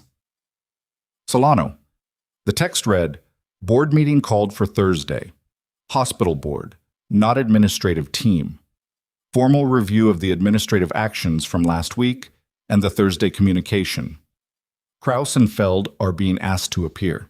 Nora read it and put the phone away. Then she took it out again and read it one more time. Kraus and Feld being called before the board was a different category of consequence than anything that had happened in Monday's conference room. That was internal accountability, which was the kind that actually changed things, the kind that ended or restructured careers rather than just generating corrective statements. She finished her break and went back to the floor. The afternoon was steady, and then suddenly wasn't, in the way emergency departments have of staying level for hours, and then dropping the floor. At 2:15, two ambulances came in back to back. A farm accident with crush injuries, which went straight to Marsh in the trauma bay, and a cardiac event that ended up being a severe anxiety attack in a 60-year-old woman named Margaret Poole, who had convinced herself she was dying and was, in the specific way of people who are that frightened, entirely right about the scale of what she was feeling, even if not the diagnosis. Nora sat with Margaret Poole for 11 minutes while the cardiac monitoring ran its course, which was 11 minutes she technically didn't have, but spent anyway because Margaret Poole was alone and scared, and the monitoring could run without someone standing over it. "Am I going to be okay?" Margaret asked. She had the hands of someone who'd worked hard her whole life, rough-skinned and strong, and she was holding the edge of the bed with them. "Your heart's fine," Nora said. "Your body panicked. That's real and it's serious, but it's also manageable." "Why did it panic?" "That's a better question for your primary care doctor, but today you're okay." Margaret looked at her. "You're the nurse who was on the news." Nora kept her face neutral. "I work here." "My son is a veteran," Margaret said. "He shared one of those posts about what happened." She looked at Nora with the straightforward assessment of someone who had gotten old enough to say what she meant. "You look too young to have done all that." "I hear that a lot," Nora said. Margaret almost smiled. "Don't let them make you small again." It was a simple thing to say, and Nora had heard variations of it in the last week from multiple people, and most of the time it landed as platitude. Coming from Margaret Poole's work-worn hands and tired eyes, it landed differently. Nora held it for a moment before setting it aside. She finished the shift, signed out at 3:40, slightly over, drove home in the flat afternoon light of a Montana March that couldn't decide if it was winter or not. She was in her kitchen when Foz called. "Something's moved," he said. He didn't say hello. She'd noticed that about him. He went directly to the point of things, which was a habit she respected. "What kind of something?" "Senator Deering's office has scheduled a formal inquiry for Friday morning. Not investigative, more of a documented statement process. They want to include the incident at Harlow General as part of a broader look at how civilian hospitals manage veteran patients and staff with military backgrounds." He paused. "They want you there. Not as a subject, as a witness." "Friday," she said. "In Denver. They'll send transport." Nora looked at her kitchen wall. The topographic map was behind her in the hallway. She didn't need to look at it. "What happens if I say no?" she said. "Legally? Nothing. You're not compelled. But the inquiry will proceed without your account, which means the record reflects everyone else's version of what happened Tuesday and not yours." She already knew the answer. She'd known it when Vic made his call in the parking lot 6 days ago, when she'd watched him through the windshield and understood that whatever was set in motion wasn't going to wait for her to be ready. "I'll be there," she said. "Good. I'll send the details tonight." He paused. "There's one more thing. It's not confirmed, but I'm told General Haas is requesting to appear at the inquiry in person. He's being discharged Thursday." "His surgeon cleared that?" "His surgeon said, and I'm quoting, 'He's going to do what he wants, and I've made my professional objection formally known.'" Nora absorbed that. "The inquiry room is going to have a lot of people in it," Foz said. "Media access hasn't been determined yet, but there's pressure for it to be open session." "Open session," she said. "Nora." He used her first name the way he had before, carefully. "This goes beyond Harlow General. It always was going to. Once the forum activity hit the scale, it hit. The hospital suspended you, but the reason it became what it became is that what happened to you is something that has happened to a lot of people in a lot of hospitals. And the veteran community recognizes that." She was quiet. "I know," she said. "I know what it is." "Are you okay with that?" The question was genuine. He wasn't asking about logistics.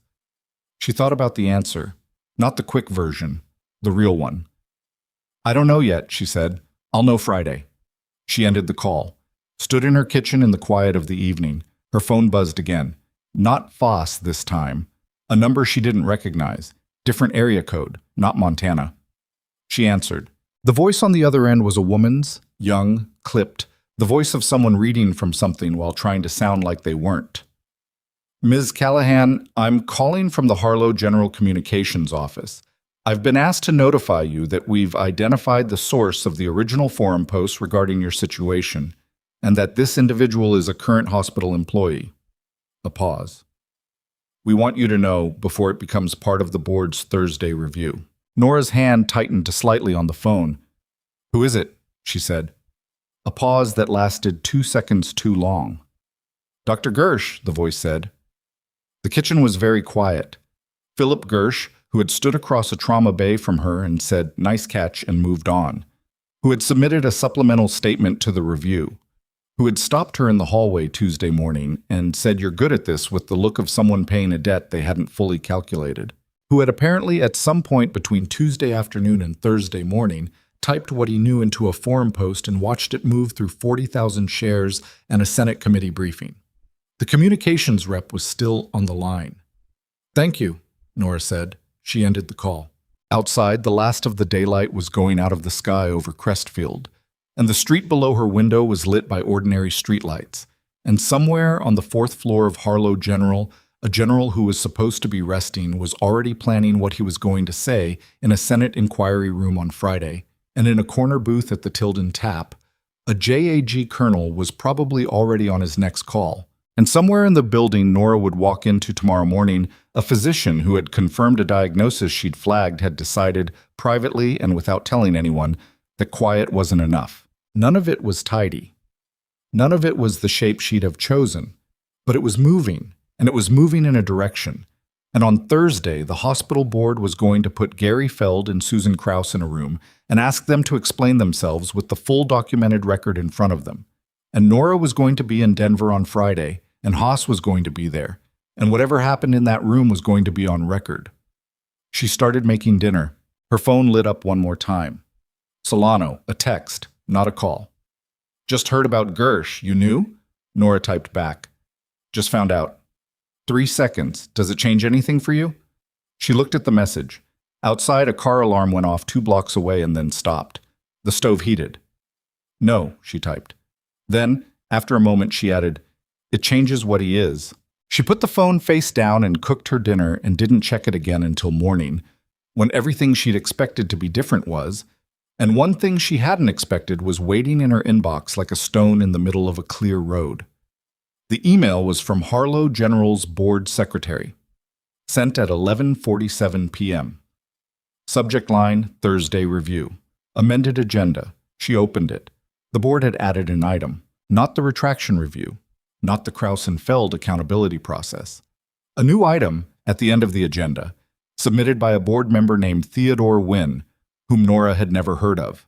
A proposal formally tabled to examine whether the hospital's existing nursing staff classification system was adequate for personnel with advanced specialized backgrounds. A proposal, in other words, to change something structural, not to fix what had happened to one person, to prevent it from happening to the next one.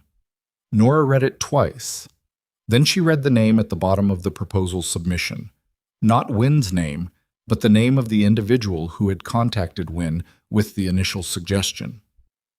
The name was Margaret Poole, the 60-year-old woman with the work-worn hands and the anxiety attack, and the veteran son who'd shared a forum post. Nora sat with that for a long moment. Then she closed the email, got up, and got ready for work. She wore the same scrubs she always wore on Wednesday morning. No statement in it, just clothes. The floor was already running when she arrived at 6:50, the overnight crew looking the way overnight crews always looked. Depleted in the specific way of people who had been holding something together through the dark hours and were now ready to hand it off to someone else. She took the handoff from a nurse named Ben Caddo, who she didn't know well, a per diem who worked nights and kept to himself, and he gave her the rundown in the flat, efficient language of end-of-shift reporting, bed status, med schedules, one patient in 2 who'd been difficult about his IV and had finally been talked down around 3 a.m. She listened, confirmed, signed the handoff form, and went to work. The morning was Tuesday in reverse. The same floor, the same rooms, but quieter, the way Wednesday mornings in a hospital are always fractionally quieter than the front half of the week. A lull before Thursday's pre-weekend surge. She checked her patients, adjusted a medication schedule in bed 3, sat with an elderly man in bed 5 who was waiting on imaging results and was too proud to say he was scared, so she didn't address the fear directly, just stayed in the room slightly longer than she needed to and made sure he had water. Jess found her at 8:15 with coffee and the look of someone who had been up since 5 processing information. Did you see the board agenda? Jess said. I saw it. Margaret Poole. Jess shook her head.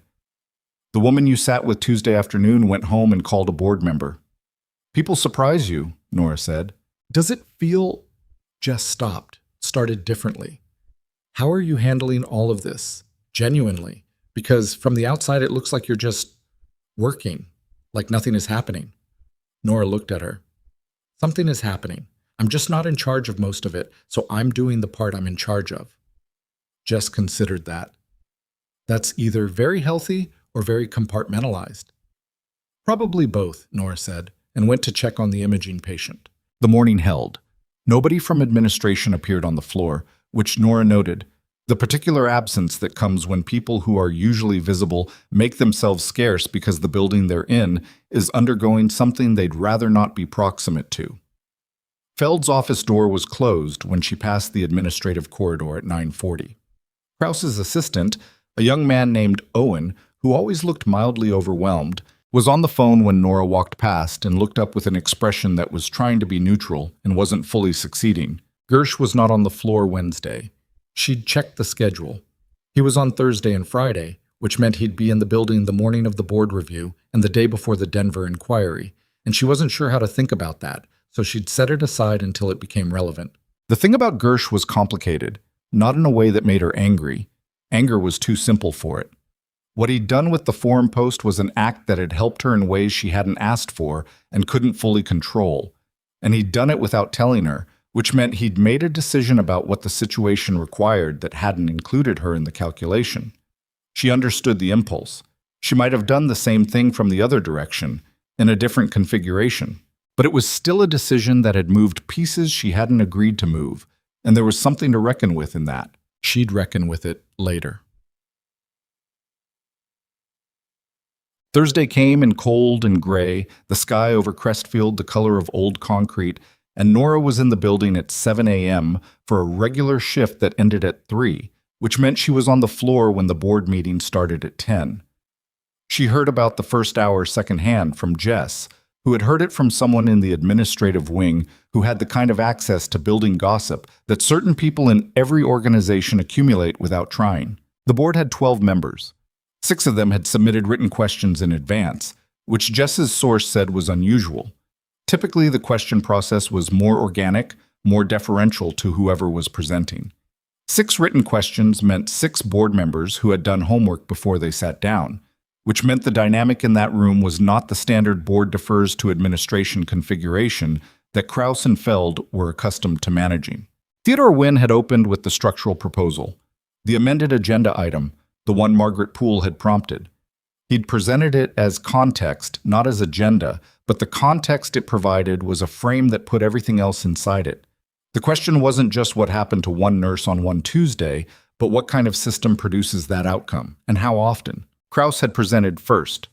Her statement, according to Jess's source, was careful and institutional. She'd used the phrase evolving understanding of the situation 3 times, which was the administrative equivalent of backing away from something in slow motion. Feld had presented second. That was where it started to come apart.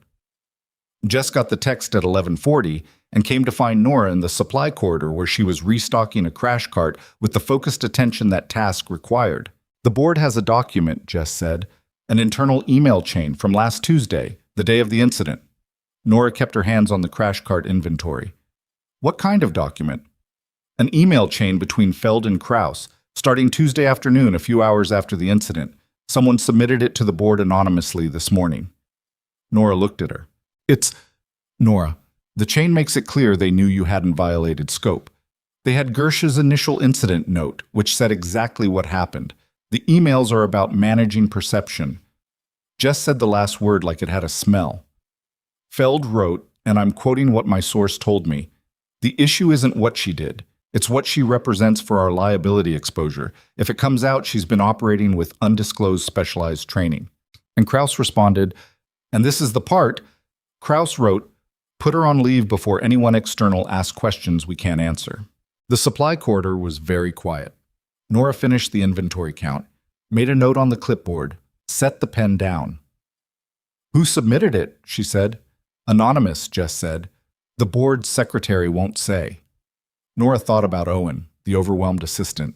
She thought about how long he'd been in that office and what he'd have access to, and what kind of person spends 3 years watching something happen and eventually decides they've watched long enough.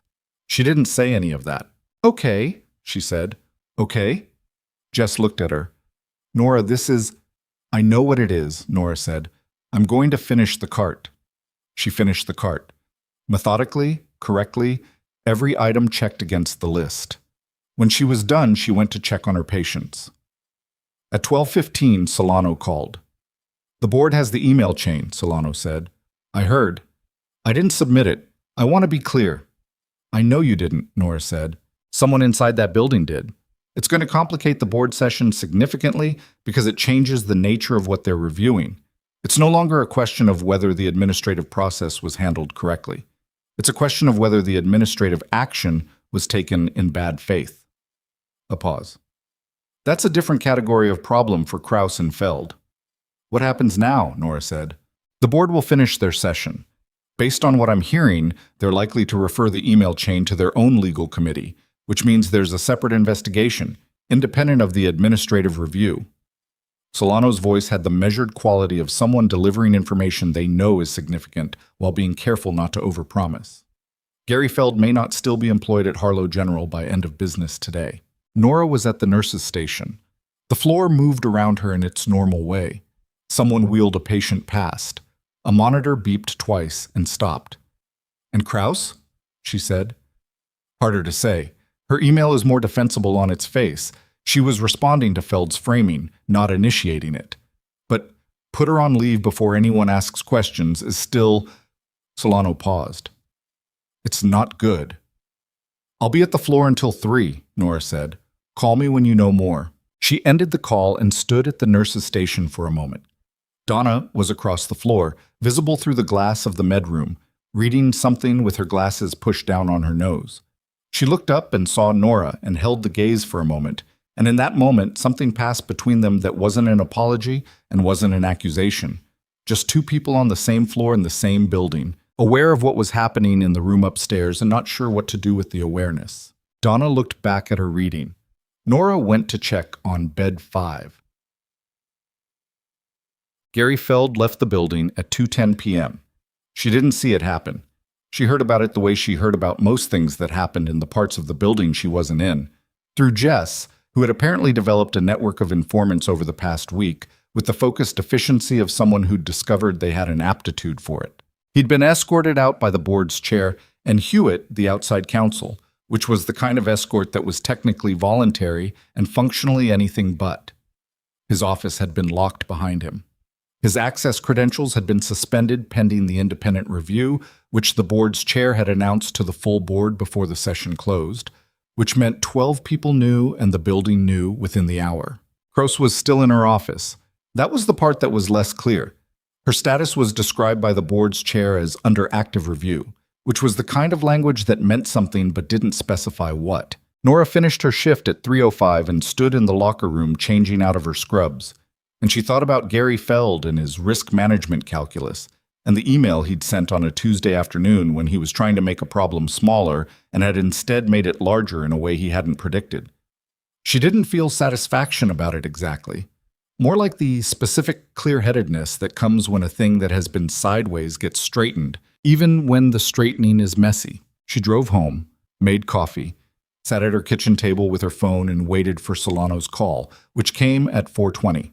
Board session closed at 2:30, Solano said. Formal outcomes. Gary Feld has been placed on administrative leave pending independent review of the email chain and his role in the suspension decision. The board has commissioned an independent legal review of the Thursday communication, the staff-wide memo. Susan Krauss is still in her position, but on formal notice. A pause. The board voted unanimously to formally approve Theodore Wynn's structural proposal, the reclassification review for nursing staff with advanced specialized backgrounds. Unanimous, Nora said, 12-0. Wynn told me afterward it wasn't a close conversation. He said the board had been sitting on concerns about the administrative culture for a while, and this was the thing that made it impossible to keep sitting. Nora looked at the topographic map on the wall in the hallway. She could see the edge of it from the kitchen table. "What does the reclassification review actually mean?" she said. "In practice, it means the hospital has to develop a formal process for recognizing and appropriately designating staff who have advanced training beyond standard certification, which means the next nurse who walks in with specialized military medical experience doesn't get suspended for using it. She gets appropriately classified and compensated for it." Solano paused. "It also means you, specifically, are likely to be offered a formal reclassification when the review completes. Better title, different compensation tier." "I don't need a different title," Nora said. "I know, but the policy change matters beyond you. That's the point." Another pause. "Nora, tomorrow. Denver. Are you ready?" "Yes," she said. "Voss will be there. General Haas will be there. His surgeon cleared him for limited activity, which I understand was a negotiation. The committee has 3 senators attending in person. It's not investigative, but it's on the record, and there will be press." "Open session," Nora said. "They confirmed it this afternoon. There will be cameras." She'd known it was coming. Knowing and being in it were different things, and she knew that too. But she'd made the decision on the phone with Faas, and she wasn't the kind of person who unmade decisions. "I'll be ready," she said. Faas had arranged transport, a car to the Crestfield airport at 5 a.m., a 50-minute flight to Denver, a car from the airport to the federal building where the committee met. Nora was up at 4, showered, dressed in the single professional outfit she owned that wasn't scrubs. Dark pants, a gray blazer, a shirt that was clean and ironed. She'd ironed it the night before, which took 9 minutes and required locating an iron she'd bought when she moved in and hadn't used since. She braided her hair, looked at herself in the mirror for approximately 3 seconds, turned off the light, and picked up her bag. The flight was smooth, the way early morning flights are when the air hasn't been disturbed yet by the day. She sat in the window seat and watched the dark landscape move below her and didn't think about the inquiry, which was achieved through the conscious redirection of thought that she'd practiced for years and was reasonably good at. She thought instead about the patient in bed 5 the previous day. The imaging results had come back clean, which she'd confirmed before she left, and she'd stopped by to tell him, and the way his face had changed with the information was the specific small thing that made the job worth doing independently of anything else that surrounded it. She held that. The federal building in Denver was the kind of building designed to convey permanence and process. Marble floors, high ceilings, the specific institutional hush of a place where official things happened officially. Faas met her in the lobby at 8:15, in uniform this time, the JAG insignia visible. And he looked at her outfit and gave a small nod that meant it was the right call. "How are you feeling?" he said. "Fine," she said. "You don't have to perform anything," he said. "You don't have to be more or less than what you are. They want to hear what happened." "I know," she said. "Haas is in the prep room. He wants a word before the session." She followed Faas through a corridor to a room that had the quality of a waiting room trying to look more substantial than it was. A table, chairs, a window that faced an interior courtyard. Haas was there, in dress uniform, sitting with the careful stillness of someone who was managing pain and wasn't going to mention it. Pruitt was in the corner, also in uniform, and nodded when Nora came in. Haas looked at her for a moment. "You look like a nurse," he said. "Which is correct." "You look like a general," she said, "which is also correct and probably too much for a Tuesday." "It's Friday," Pruitt said from the corner. "He knows," Haas said, and almost smiled. He gestured to the chair across from him. She sat. "I want to tell you what I'm going to say in there," he said, "before I say it, because some of it concerns you directly, and you should hear it from me first." "Okay," she said, "I'm going to give an account of Tuesday. The incident, the arrival, the trauma bay. I'm going to be specific about the clinical events because the clinical events are what make this a matter of veteran care policy and not just a personnel dispute." He looked at her steadily. "I'm also going to reference your service record, the parts that are in the document Faas prepared, including Tarakan Province." She didn't say anything. "You struck the commendation," he said. "I understand why. I'm not reinstating it, and I'm not going to make this about honoring something you chose to put down.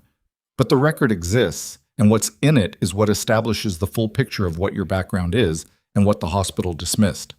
He paused. Is that acceptable to you? She thought about it, not quickly. Actually thought about it. The thing she'd spent 4 years building around, the quiet, the ordinary, the 8 months of being just a nurse in a Montana hospital.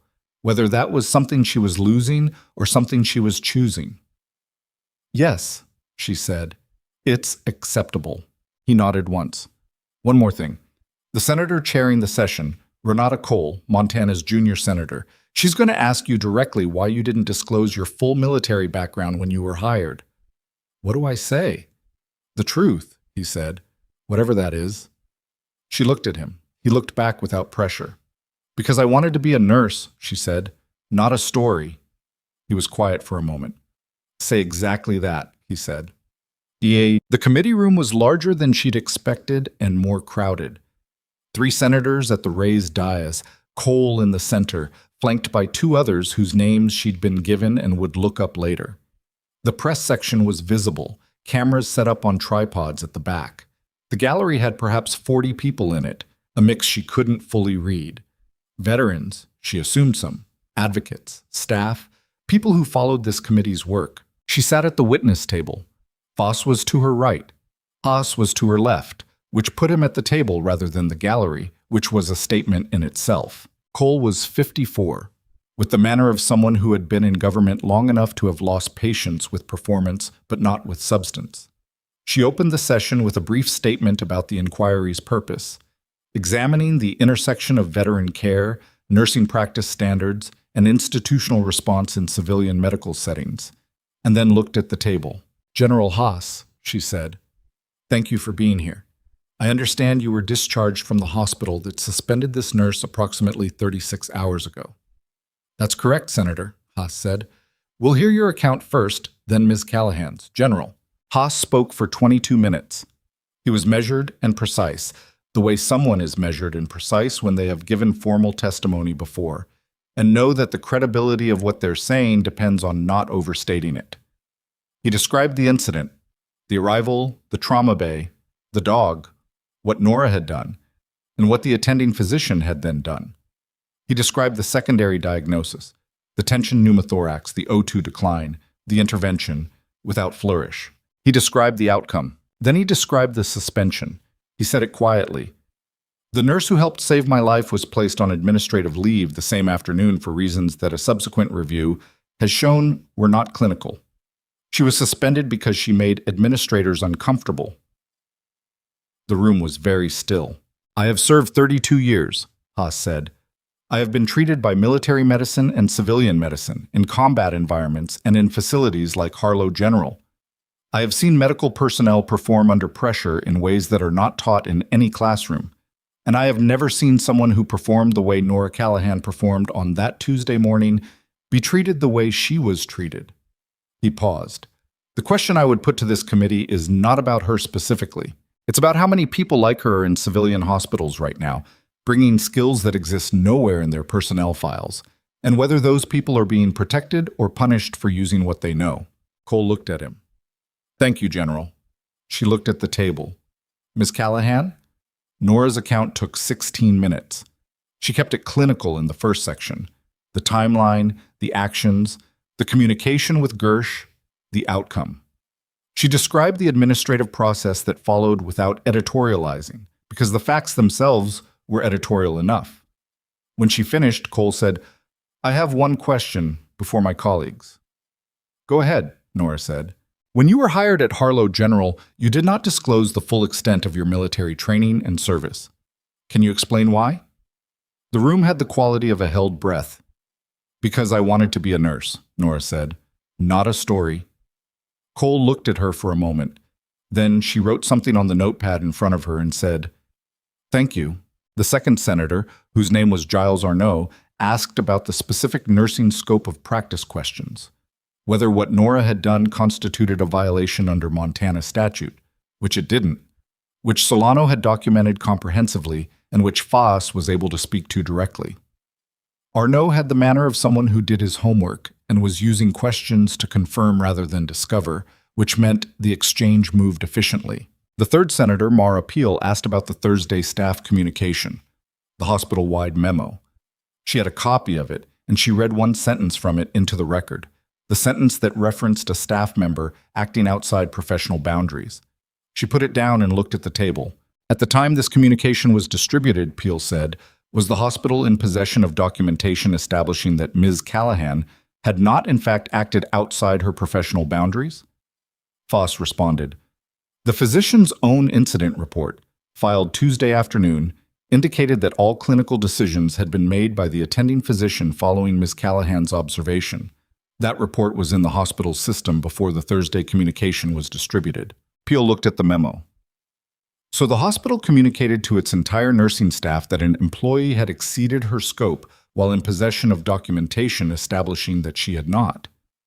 "That is consistent with the record, yes," Foss said. Peel set the memo down. She didn't say anything else for a moment. She didn't need to. The session formally closed at 11:40. The committee had 40 minutes of closed deliberation, which Nora spent in the corridor outside the room with a cup of bad coffee and Foss, who stood with his arms crossed and said very little, which she appreciated. Haas was brought out by Pruitt at 11:50. He sat in one of the corridor chairs and looked like someone who had done what he came to do and was now paying the physical price for it. Not collapsing, not dramatic, just the visible cost of a man 3 days out of abdominal surgery who had put on a dress uniform and sat at a witness table for 2 hours because something required it. "You did well," he said to her. "You did the work," she said. "We did different parts," he said. She looked at him. He looked back. "When you get back to Crestfield," he said, "what do you do?" "Go to work Monday," she said. Something in his expression shifted. Not surprise, more like confirmation of something he'd expected. Just like that.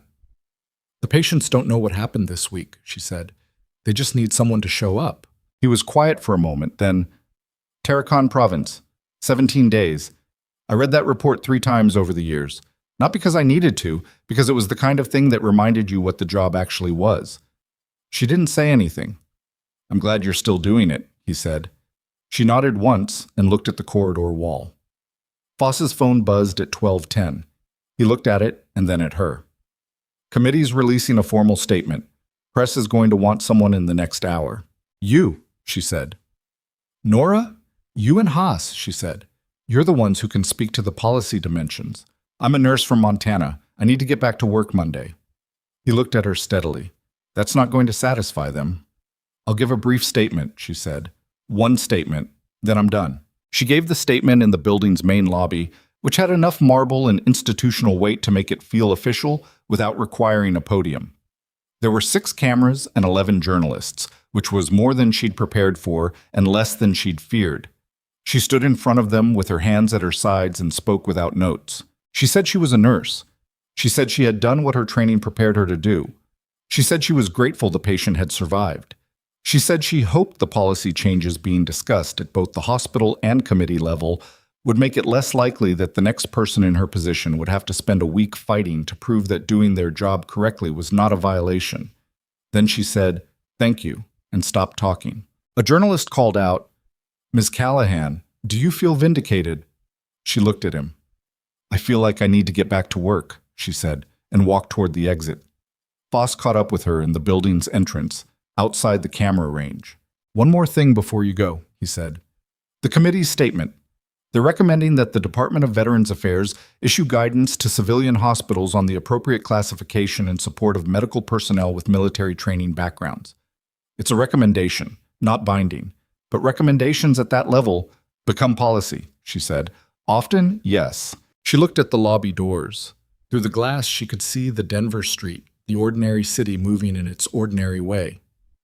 "Boss," she said. "Yeah. Thank you for coming to Crestfield. For the document. For all of it."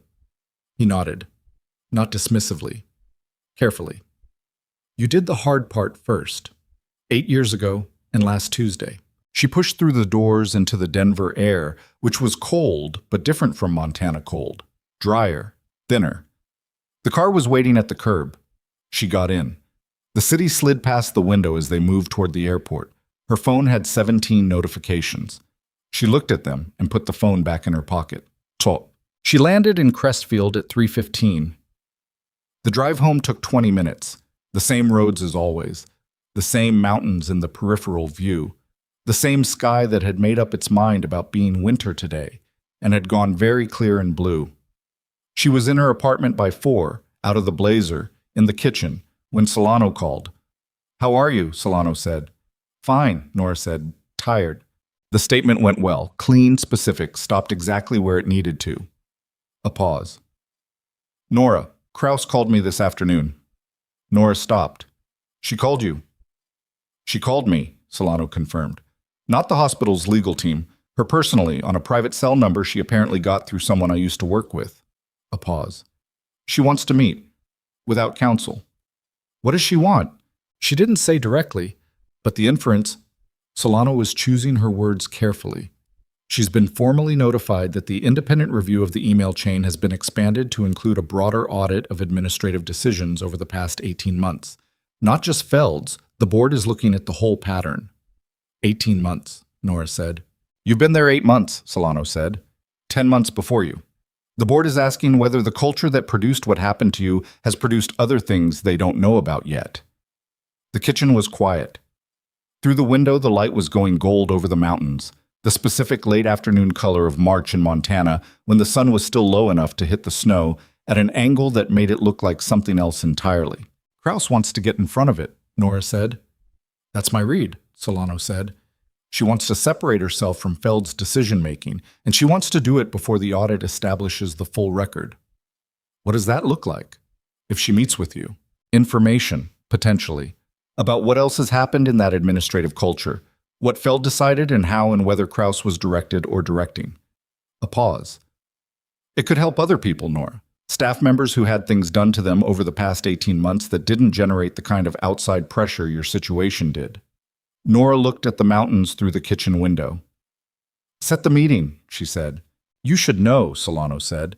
"If Kraus gives us what I think she might give us, this doesn't end with Feld on administrative leave and a policy proposal. This potentially ends with a full administrative restructuring, new leadership, board-level accountability." "I know," Nora said, "and your name is going to be attached to it. You won't be anonymous. Not after today's statement, not after the forum activity, not after any of it." She'd known that since the parking lot, since Vic on the concrete barrier making his call. Maybe since Tuesday morning when she'd said a command phrase and a combat dog sat down and every person in the hallway stared at her and she'd pulled on a glove and asked for a trauma bay. "Set the meeting," she said again. "Monday," Solano said. "I'll confirm." They ended the call. Nora stood in the kitchen in the fading afternoon light and thought about Monday.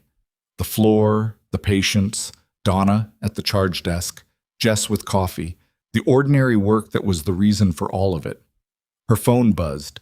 She almost didn't look. But she looked. It was a text from a number she'd seen once before, briefly, a number she hadn't saved because she hadn't expected to hear from it again. The number that had texted her, "I'm already in Crestfield on a rainy Thursday night," that felt like a month ago. Voss. "Thought you should know before it hits the wire. The IG's office expanded their review this afternoon. Not just the Harlow suspension. They're pulling personnel records for all administrative actions at the hospital going back 2 years. They found something in the preliminary pull." She read that twice. Then his second text arrived, 3 seconds behind the first. "There's a nurse on the night shift. Cato, Benjamin. He's been filing formal complaints about patient care decisions for 11 months. Every complaint was administratively closed without investigation. Feld's signature on every closure. Ben Cato, per diem, nights. The nurse who'd given her the handoff Wednesday morning with the flat, efficient manner of someone who'd been doing the job quietly for a long time." The third text came. "He's also a veteran. Army medic. 8 years. Discharged 2019. He never disclosed it either." Nora set the phone down on the kitchen counter. She picked it up again and looked at the text one more time, and then she looked at the dark outside her window, and she thought about Ben Cato in the overnight hours holding a floor together with whatever he had, filing complaints that went nowhere, closing out every shift with the flat, efficient manner of someone who had learned that the system was not going to respond to him no matter how correctly he did his job. 11 months of complaints, Feld's signature on every closure, and nobody had known because nobody had looked. She typed back to Foss, Does Cato know the IG has this? The response came in 8 seconds. Not yet. They're notifying him Monday morning. She stared at the text. Monday morning. The same Monday morning she was going back to the floor. The same Monday Solano was meeting with Kraus. The same Monday the independent audit was formally expanding. She put the phone in her pocket. She went to the window and stood there in the last of the light and thought about a per diem night nurse who had spent 11 months filing complaints into a system that had been engineered, apparently deliberately, to eat them. And she thought about the fact that she'd been in this hospital for 8 months and had never known his name well enough to save it in her phone, had never known what he carried to that floor every night, had taken his hand off on Wednesday morning and said, okay, and gone to work. She thought about that for a long time. Then she went to her bag and found the handoff notes from Wednesday. She kept them until end of week, habit, and found his number on the scheduling system through the staff app and stared at it. She didn't call yet. She was going to have to think carefully about what to say and how much of it she knew, and whether calling him before Monday's notification was something that helped him or complicated things. Those were real questions that required real consideration. But she now knew something she hadn't known this morning, that what had happened to her was not an anomaly. It was a pattern. And the pattern had been running long before she walked into that hospital, and it had been running on people with no 40,000 share forum posts, no generals making calls from ICU beds, no JAG colonels showing up at diners. Just people doing the work, filing complaints, waiting. She picked up the phone. She called him at 4:53. It rang 4 times, and she was preparing for voicemail when he picked up, and his voice had the texture of someone who'd been asleep.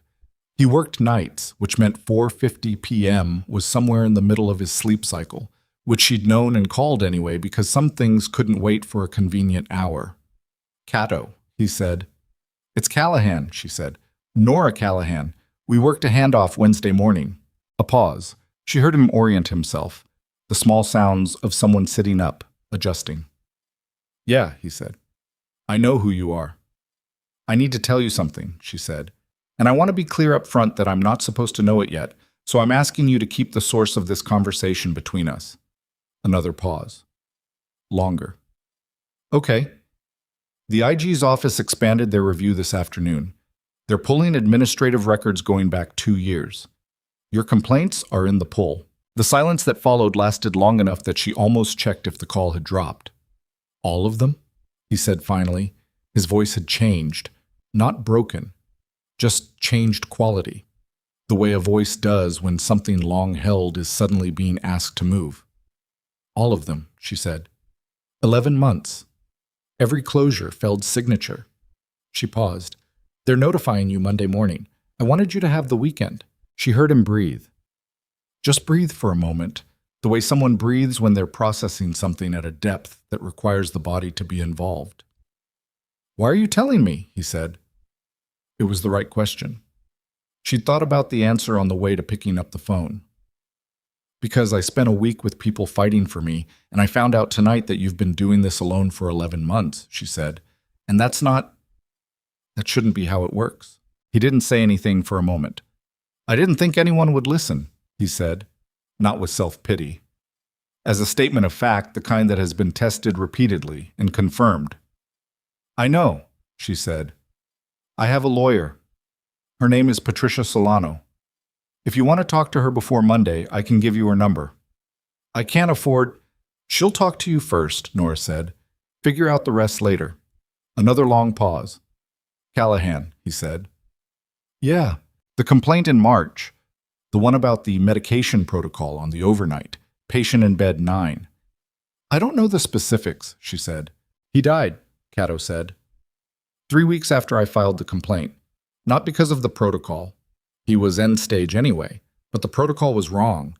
It was wrong, and I filed it, and Feld closed it in 4 days, and it stayed wrong for another 6 months before someone else caught it. He paused. That's the one I couldn't... He stopped. That one kept me up. She sat with that for a moment. The weight of it. The specific weight of someone who did the right thing into a void and had to keep living with what was on the other side of the void. I know what that's like, she said. Yeah, he said. I think you do. She gave him Solano's number. They ended the call. She stood in her kitchen in the dark. She'd forgotten to turn on the lights and stayed there a moment before she reached for the switch. The weekend was quiet in the way weekends get when something large is pending. She ran Saturday morning, fixed the loose hinge on her cabinet door that she'd been meaning to address for 2 months, called her sister in Tucson, who didn't know the details of the past week because Nora had described it as some work stuff when it came up Wednesday, and who spent 40 minutes talking about her kids and her job and a renovation project that was taking longer than projected. And Nora listened to all of it with genuine attention because her sister's life was specific and real and unrelated to anything that had happened in the past 9 days, which was exactly what she needed. Sunday, she drove to the hospital not to work, but to pick up her updated schedule for the following 2 weeks, which she could have pulled on the app, but which gave her a reason to be in the building and walk the floor, which she recognized as a need she had without fully understanding it. The Sunday floor was quiet, the gentle hum of a building in low gear.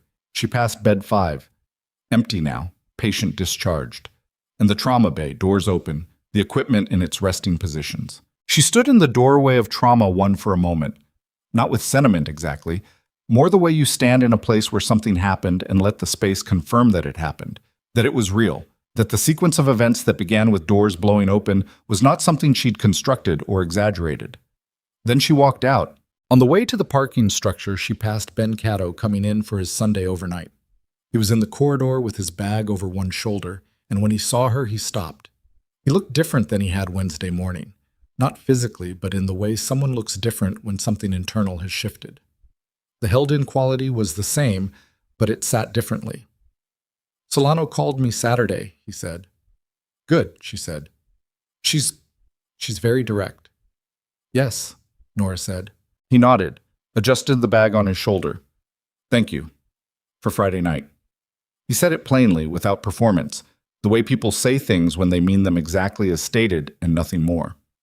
"Good luck tonight," she said. He went in. She went to her car. Monday arrived the way Mondays arrive when the week is going to matter. Not dramatically, not with weather or portent, just the ordinary passage of time becoming the next thing. She was on the floor at 6:50. Donna was at the charge desk. Their interaction had the quality it had been developing since the week before. Not warm, not formal, but real. Something between them had been recalibrated, and they were both operating in that new calibration without either of them naming it. 3, 4, and 7, Donna said. "Okay," Nora said. She got through the first hour before Jess appeared with the energy of someone carrying multiple pieces of information at once and trying to determine the order in which to deliver them. "The IG notified Cato this morning," Jess said.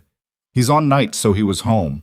He called in to confirm his shift tonight, and Ben in scheduling said he sounded," she paused, "different, like something had lifted." "Good," Nora said. "Also, Krause is not in her office."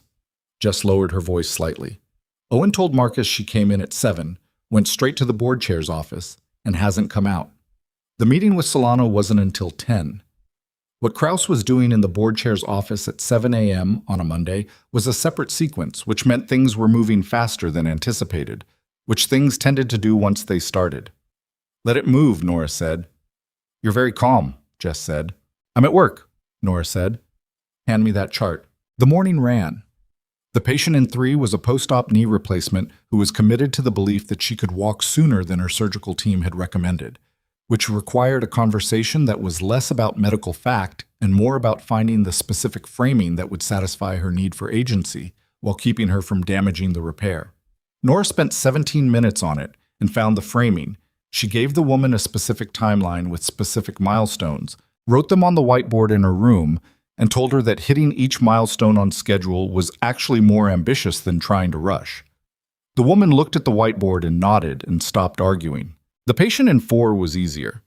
The patient in 7 was a 6-year-old with a broken arm from a playground fall, brought in by a father who was visibly more distressed than the child, which was the usual configuration. The child was named Petra, and she was more interested in the equipment than her injury, and Nora answered her questions about the blood pressure cuff with the same completeness she'd give a medical colleague, because children asked questions because they wanted answers, and not answering them was its own kind of condescension. "Does it hurt everyone?" Petra asked about the cuff. "Squeezes a little," Nora said, "like someone shaking your arm to say hello." Petra considered this. That's a weird way to say hello. It is, Nora agreed. By 10:15, she'd heard nothing from Solano, which meant the meeting was running, which meant Kraus had things to say. She kept working. At 11:42, her phone buzzed in her pocket. She was between patients and checked it. Solano. A text. Meeting ran 90 minutes. Kraus gave us everything. Full record of administrative decisions going back 26 months. Feld was operating with what she's calling verbal authorization. She approved his approach verbally, but has no written record because he specifically kept it off paper. She's prepared to put that in a formal statement. Nora read it once and put the phone away. Verbal authorization. Which meant the culture that had produced her suspension and 11 months of Cato's ignored complaints, and whatever else was in those 26 months of records, had not been one person's unilateral operation. It had been two people, one of whom had kept herself clean on paper, while the other absorbed the documented exposure. And now the one with clean hands was trading what she knew to separate herself from the one who didn't. It wasn't clean. It was the way institutions actually moved, not through sudden revelation of conscience, but through the calculation of self-interest aligning, briefly, with accountability. Kraus was not confessing because she felt bad. She was confessing because the audit was coming and she'd done the math. Nora understood that clearly and felt nothing in particular about it, which was its own kind of clarity. What mattered was the record, what it would contain and what would change because of it. She went back to work. The formal outcomes began arriving that afternoon in a sequence that Jess tracked, and Nora only partially followed, because she was on shift, and the shift required most of her attention, and the outcomes were going to be what they were going to be regardless of whether she refreshed her phone. At 2 p.m., the independent legal review submitted its preliminary findings to the board. The findings included documentation that Gary Feld had systematically closed formal staff complaints without investigation, that the pattern was consistent across multiple employees over 26 months, and that at least one closed complaint involved a patient care concern that subsequently contributed to an adverse outcome. The preliminary findings were 7 pages, and they were, Solano texted, thorough in a way that suggested the reviewers had been waiting for exactly this kind of assignment. At 2:40, the board convened an emergency session. Nora was still on the floor when this happened and found out from Jess, who had apparently established a direct line to Owen, who was present at the board chair's request, and texting Jess from his phone under the table in what had to be one of the more professionally risky information-sharing arrangements Nora had ever been adjacent to. At 3:15, 5 minutes before Nora's shift ended, Gary Feld's employment at Harlow General Hospital was formally terminated. Not suspended, terminated. The board voted 10-2, and the 2 dissenting votes were not about Feld specifically, but about process, about whether the termination was premature before the full audit completed. 10-2, with that context, was close to unanimous. Susan Kraus resigned at 3:20. She sent a formal resignation to the board chair by email, which Owen apparently photographed with his phone and sent to Jess, who sent it to Nora in the locker room where she was changing out of her scrubs. The resignation was 2 paragraphs and did not contain an apology, which was honest if nothing else. It was a calculation document, not a conscience document, and the absence of apology meant Kraus knew the difference and wasn't going to insult anyone by performing contrition she didn't have. Nora read it, put her phone in her bag. She sat on the bench in the locker room for a moment, not processing, just being in the physical space of a building where 2 people who had made deliberate decisions about her future had just exited, one fired, one walking, the walking one technically choosing to walk because the alternative was being pushed, but still, exiting. It didn't feel triumphant. She'd known it wouldn't. What it felt like was the particular exhale that follows something long contracted. The body releasing a tension it had been holding so long it had started to feel like resting state. She got up and went home. The week that followed had a different quality than the week before, not because things had stopped moving, but because they were moving into construction rather than crisis. The independent audit continued. It would take 6 weeks, they were told, which meant the full scope of what Feld had buried would take that long to surface. The board appointed an interim administrator, a woman named Dr. Sylvia Brandt, who was brought in from the Regional Health Network and who moved through the hospital in the first 2 days with the efficient assessment of someone taking inventory of a place they're going to have to reorganize. Brandt introduced herself to the nursing floor on Wednesday morning. She came during the shift overlap, when both day and evening staff were briefly present, and she spoke for about 4 minutes, directly, without prepared remarks, standing in the middle of the floor rather than at the head of it. "I've been given a summary of the past few weeks," she said. "I'm not going to pretend I have full context yet. What I do know is that this floor kept running through something that would have disrupted most units significantly. I want to know how, and I want to know what you need. That's going to take me a few weeks to figure out properly. In the meantime, I'm accessible and I don't use voicemail." She looked around the room. That's it.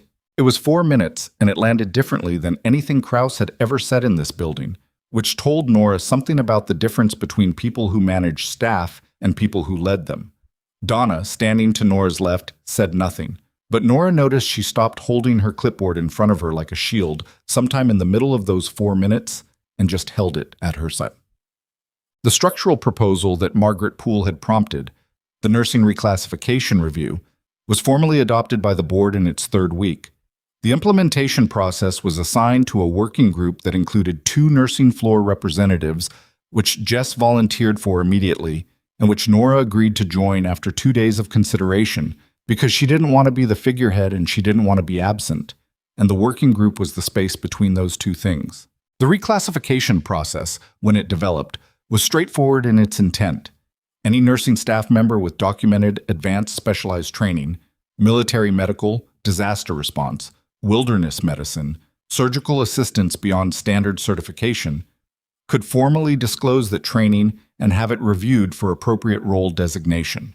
The disclosure was voluntary. The designation was documented. The compensation was adjusted. Ben Cato was the first person to request reclassification under the new process, which he did in the 2nd week of April with the same flat efficiency he brought to his handoffs, submitting his 8 years of Army medic documentation to the HR system without announcement.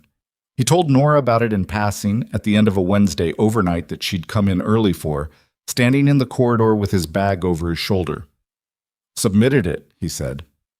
"Good," she said. "Army doesn't let you forget the training," he said. "Figured the hospital shouldn't get to either." She almost smiled. No, they shouldn't. His complaints were formally reinvestigated as part of the audit. The medication protocol complaint from March, the one that had kept him up, the one where the patient died, was documented as a valid safety concern that should have triggered a review and didn't because Feld had closed it without reading it. That documentation became part of the formal audit record. It didn't undo anything. The patient was still gone, but the complaint was on the record now as what it had always been. A nurse doing exactly what a nurse should do. And the system had a notation that said so, permanently, which was the only kind of justice available to something that couldn't be undone. Cato didn't talk about it much. But once, on a morning in mid-April, when they were both in the break room at the same time, he said quietly and without preamble, "The record matters, even when it's too late for the thing it's about." "Yes," Nora said. "It does." He poured his coffee and left. She sat with that for a moment.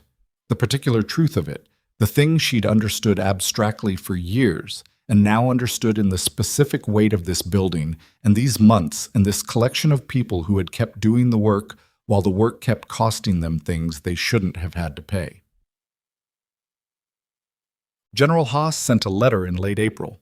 Not a formal statement, a letter, handwritten on plain paper, which arrived in an envelope with a Montana postmark from wherever he'd been recovering, which was apparently somewhere in the western part of the state with mountains and minimal phone reception, based on the address. The handwriting was precise and slightly cramped, the writing of someone accustomed to signing documents rather than composing them.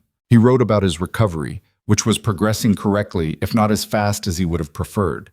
He wrote that Pruitt had finally stopped treating him like he might break, which he took as a medical milestone.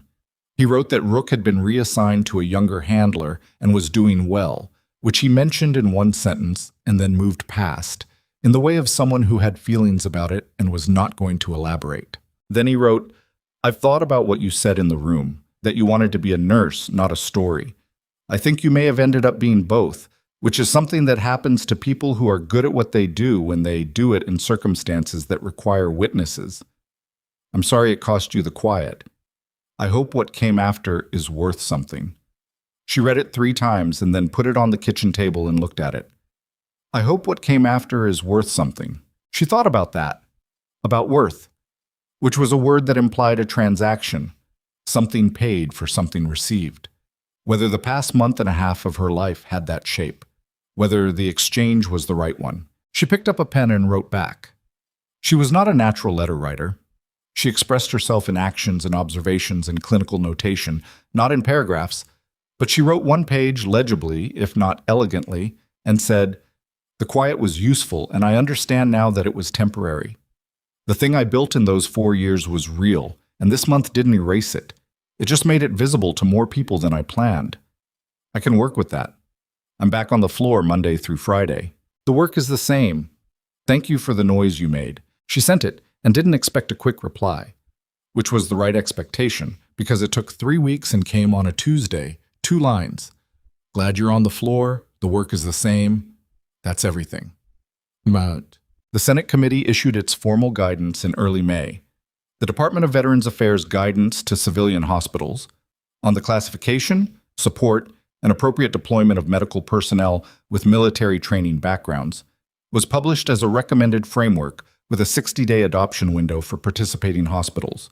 It was not binding federal law, but it was clear enough and specific enough and backed by enough committee weight that hospital networks across the country received it and began the process of taking it seriously.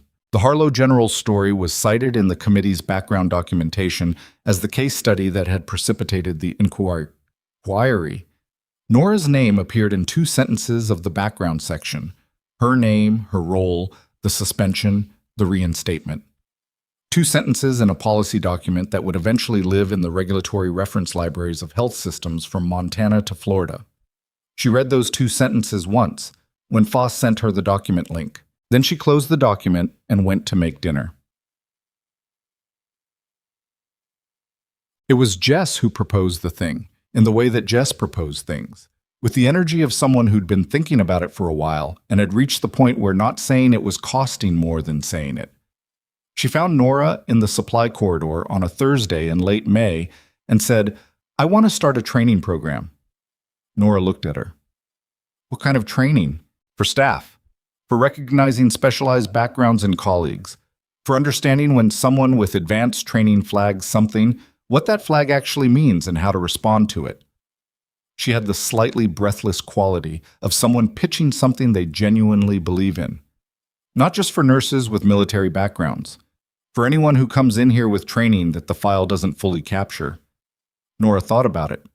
"Who else is involved?" "I need someone who knows how to build it," Jess said. "I can run the sessions once they exist. I don't know how to build the curriculum." "I do," Nora said. Jess looked at her. Something in her face went through several things quickly and settled on something that wasn't quite relief and wasn't quite gratitude, but was in the neighborhood of both. "Okay," she said.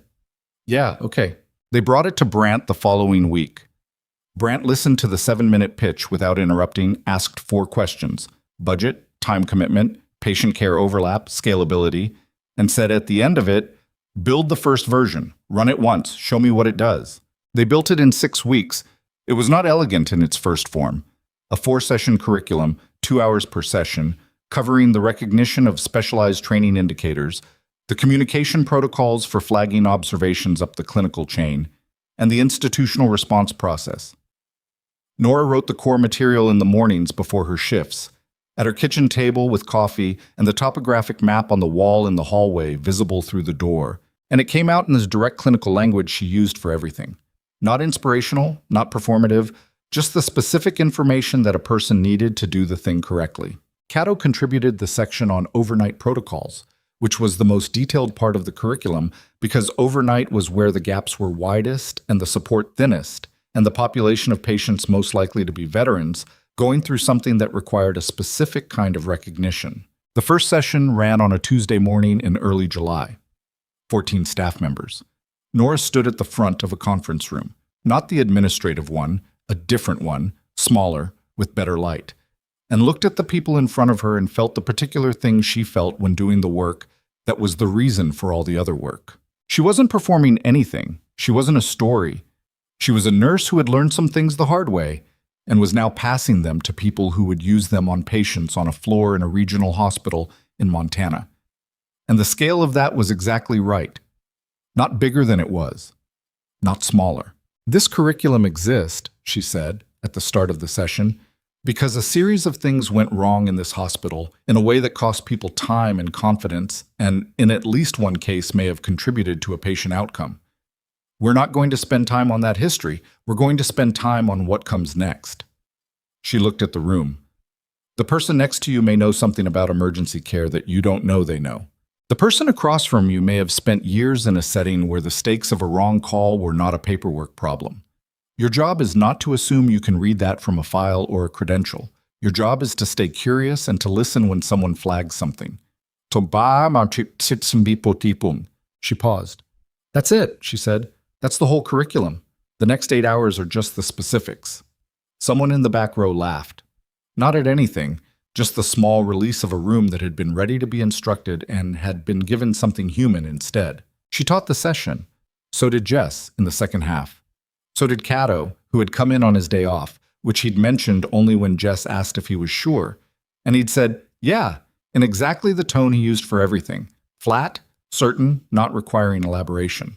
Brant sat in for the last 40 minutes of the fourth session, the one they ran in September, when the curriculum had been refined by 2 rounds of feedback and was no longer the first version, but was something more considered and precise. She sat in the back, not participating, just observing. At the end, she said to Nora in the corridor, I'm going to recommend this for network adoption. The whole network? Nora said. 14 hospitals in the Western region. I'll need you to adapt it for different contexts. Rural trauma centers, urban level ones. The core stays the same. She looked at Nora with the assessing quality she'd had since her first day. I know you like being on the floor. I do, Nora said. This doesn't have to replace that. The floor is still yours. But this is yours too, if you want it to be. Nora thought about it. Not quickly. Actually thought about it, the way she thought about things that mattered. What she was being offered was not a promotion in the traditional sense. It was more like a widening. The same work in more places, the same principle applied at a scale that could reach people she'd never meet in a hospital she'd never walk through. People like Cato, 11 months into a silence that nobody had broken. I want it, she said. The night before the curriculum went to network review, Nora stayed late. Not for any procedural reason. The documents were filed, the materials were finalized, Jess had done the submission and confirmed receipt. She stayed because she'd started to develop a habit of being in the building after the day shift wound down, in the particular quiet of early evening when the overnight was just beginning and the floor had the quality of something settling in for the long work ahead. She was in the trauma bay, not doing anything, just standing in the room with the lights on and the equipment in its resting positions, and the memory of a Tuesday morning that had started with doors blowing open and a 90-pound dog making decisions about who was trustworthy. She thought about the shape of the past 8 months, not as a story, because she still didn't think of her life as a story, but as a sequence of things that had happened and what they'd added up to. The suspension that was supposed to silence her had instead made her impossible to ignore. The quiet she'd built had been broken, and in the breaking it had revealed something she hadn't known it contained, that the skills she'd spent 4 years trying to put down had not actually diminished. That they were still there, still accurate, still hers. That you could set something down and not lose it. She thought about who she'd been in Tarakan province, 21 years old in a tent with supplies for 12 and 31 patients. She thought about who she'd been walking into Harlow General 8 months ago, with a ponytail and no-name scrubs, and no intention of being anything other than a nurse who showed up and did the job.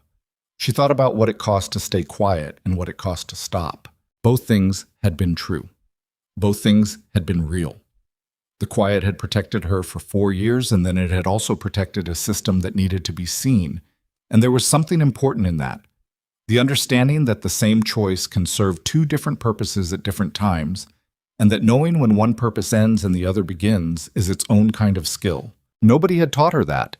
She'd learned it the way she'd learned most of the things that mattered, by being in a situation that required it before she knew she'd need it. Her phone buzzed.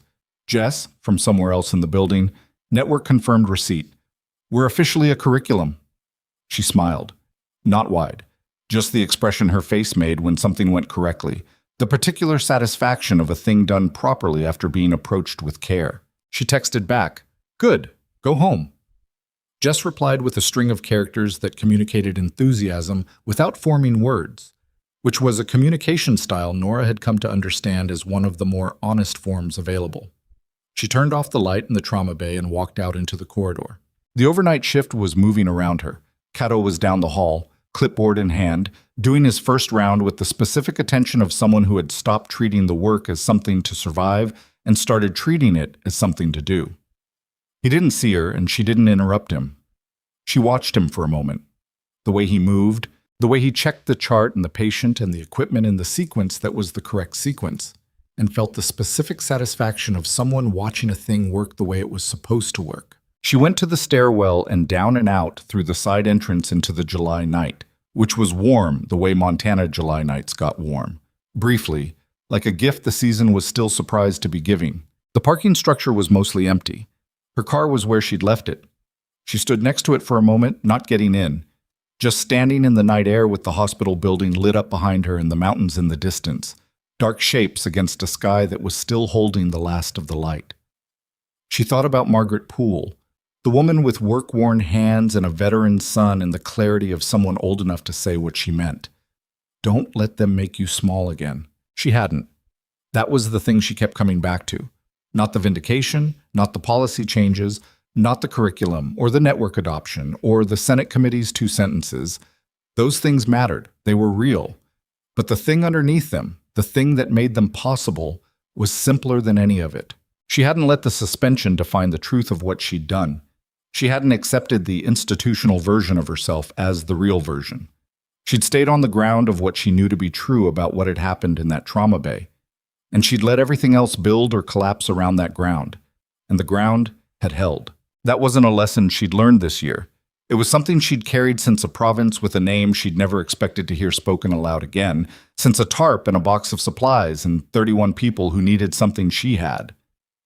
It had just taken a Tuesday morning in a regional hospital in Montana for other people to see what she'd always been carrying. The thing about strength that goes unrecognized.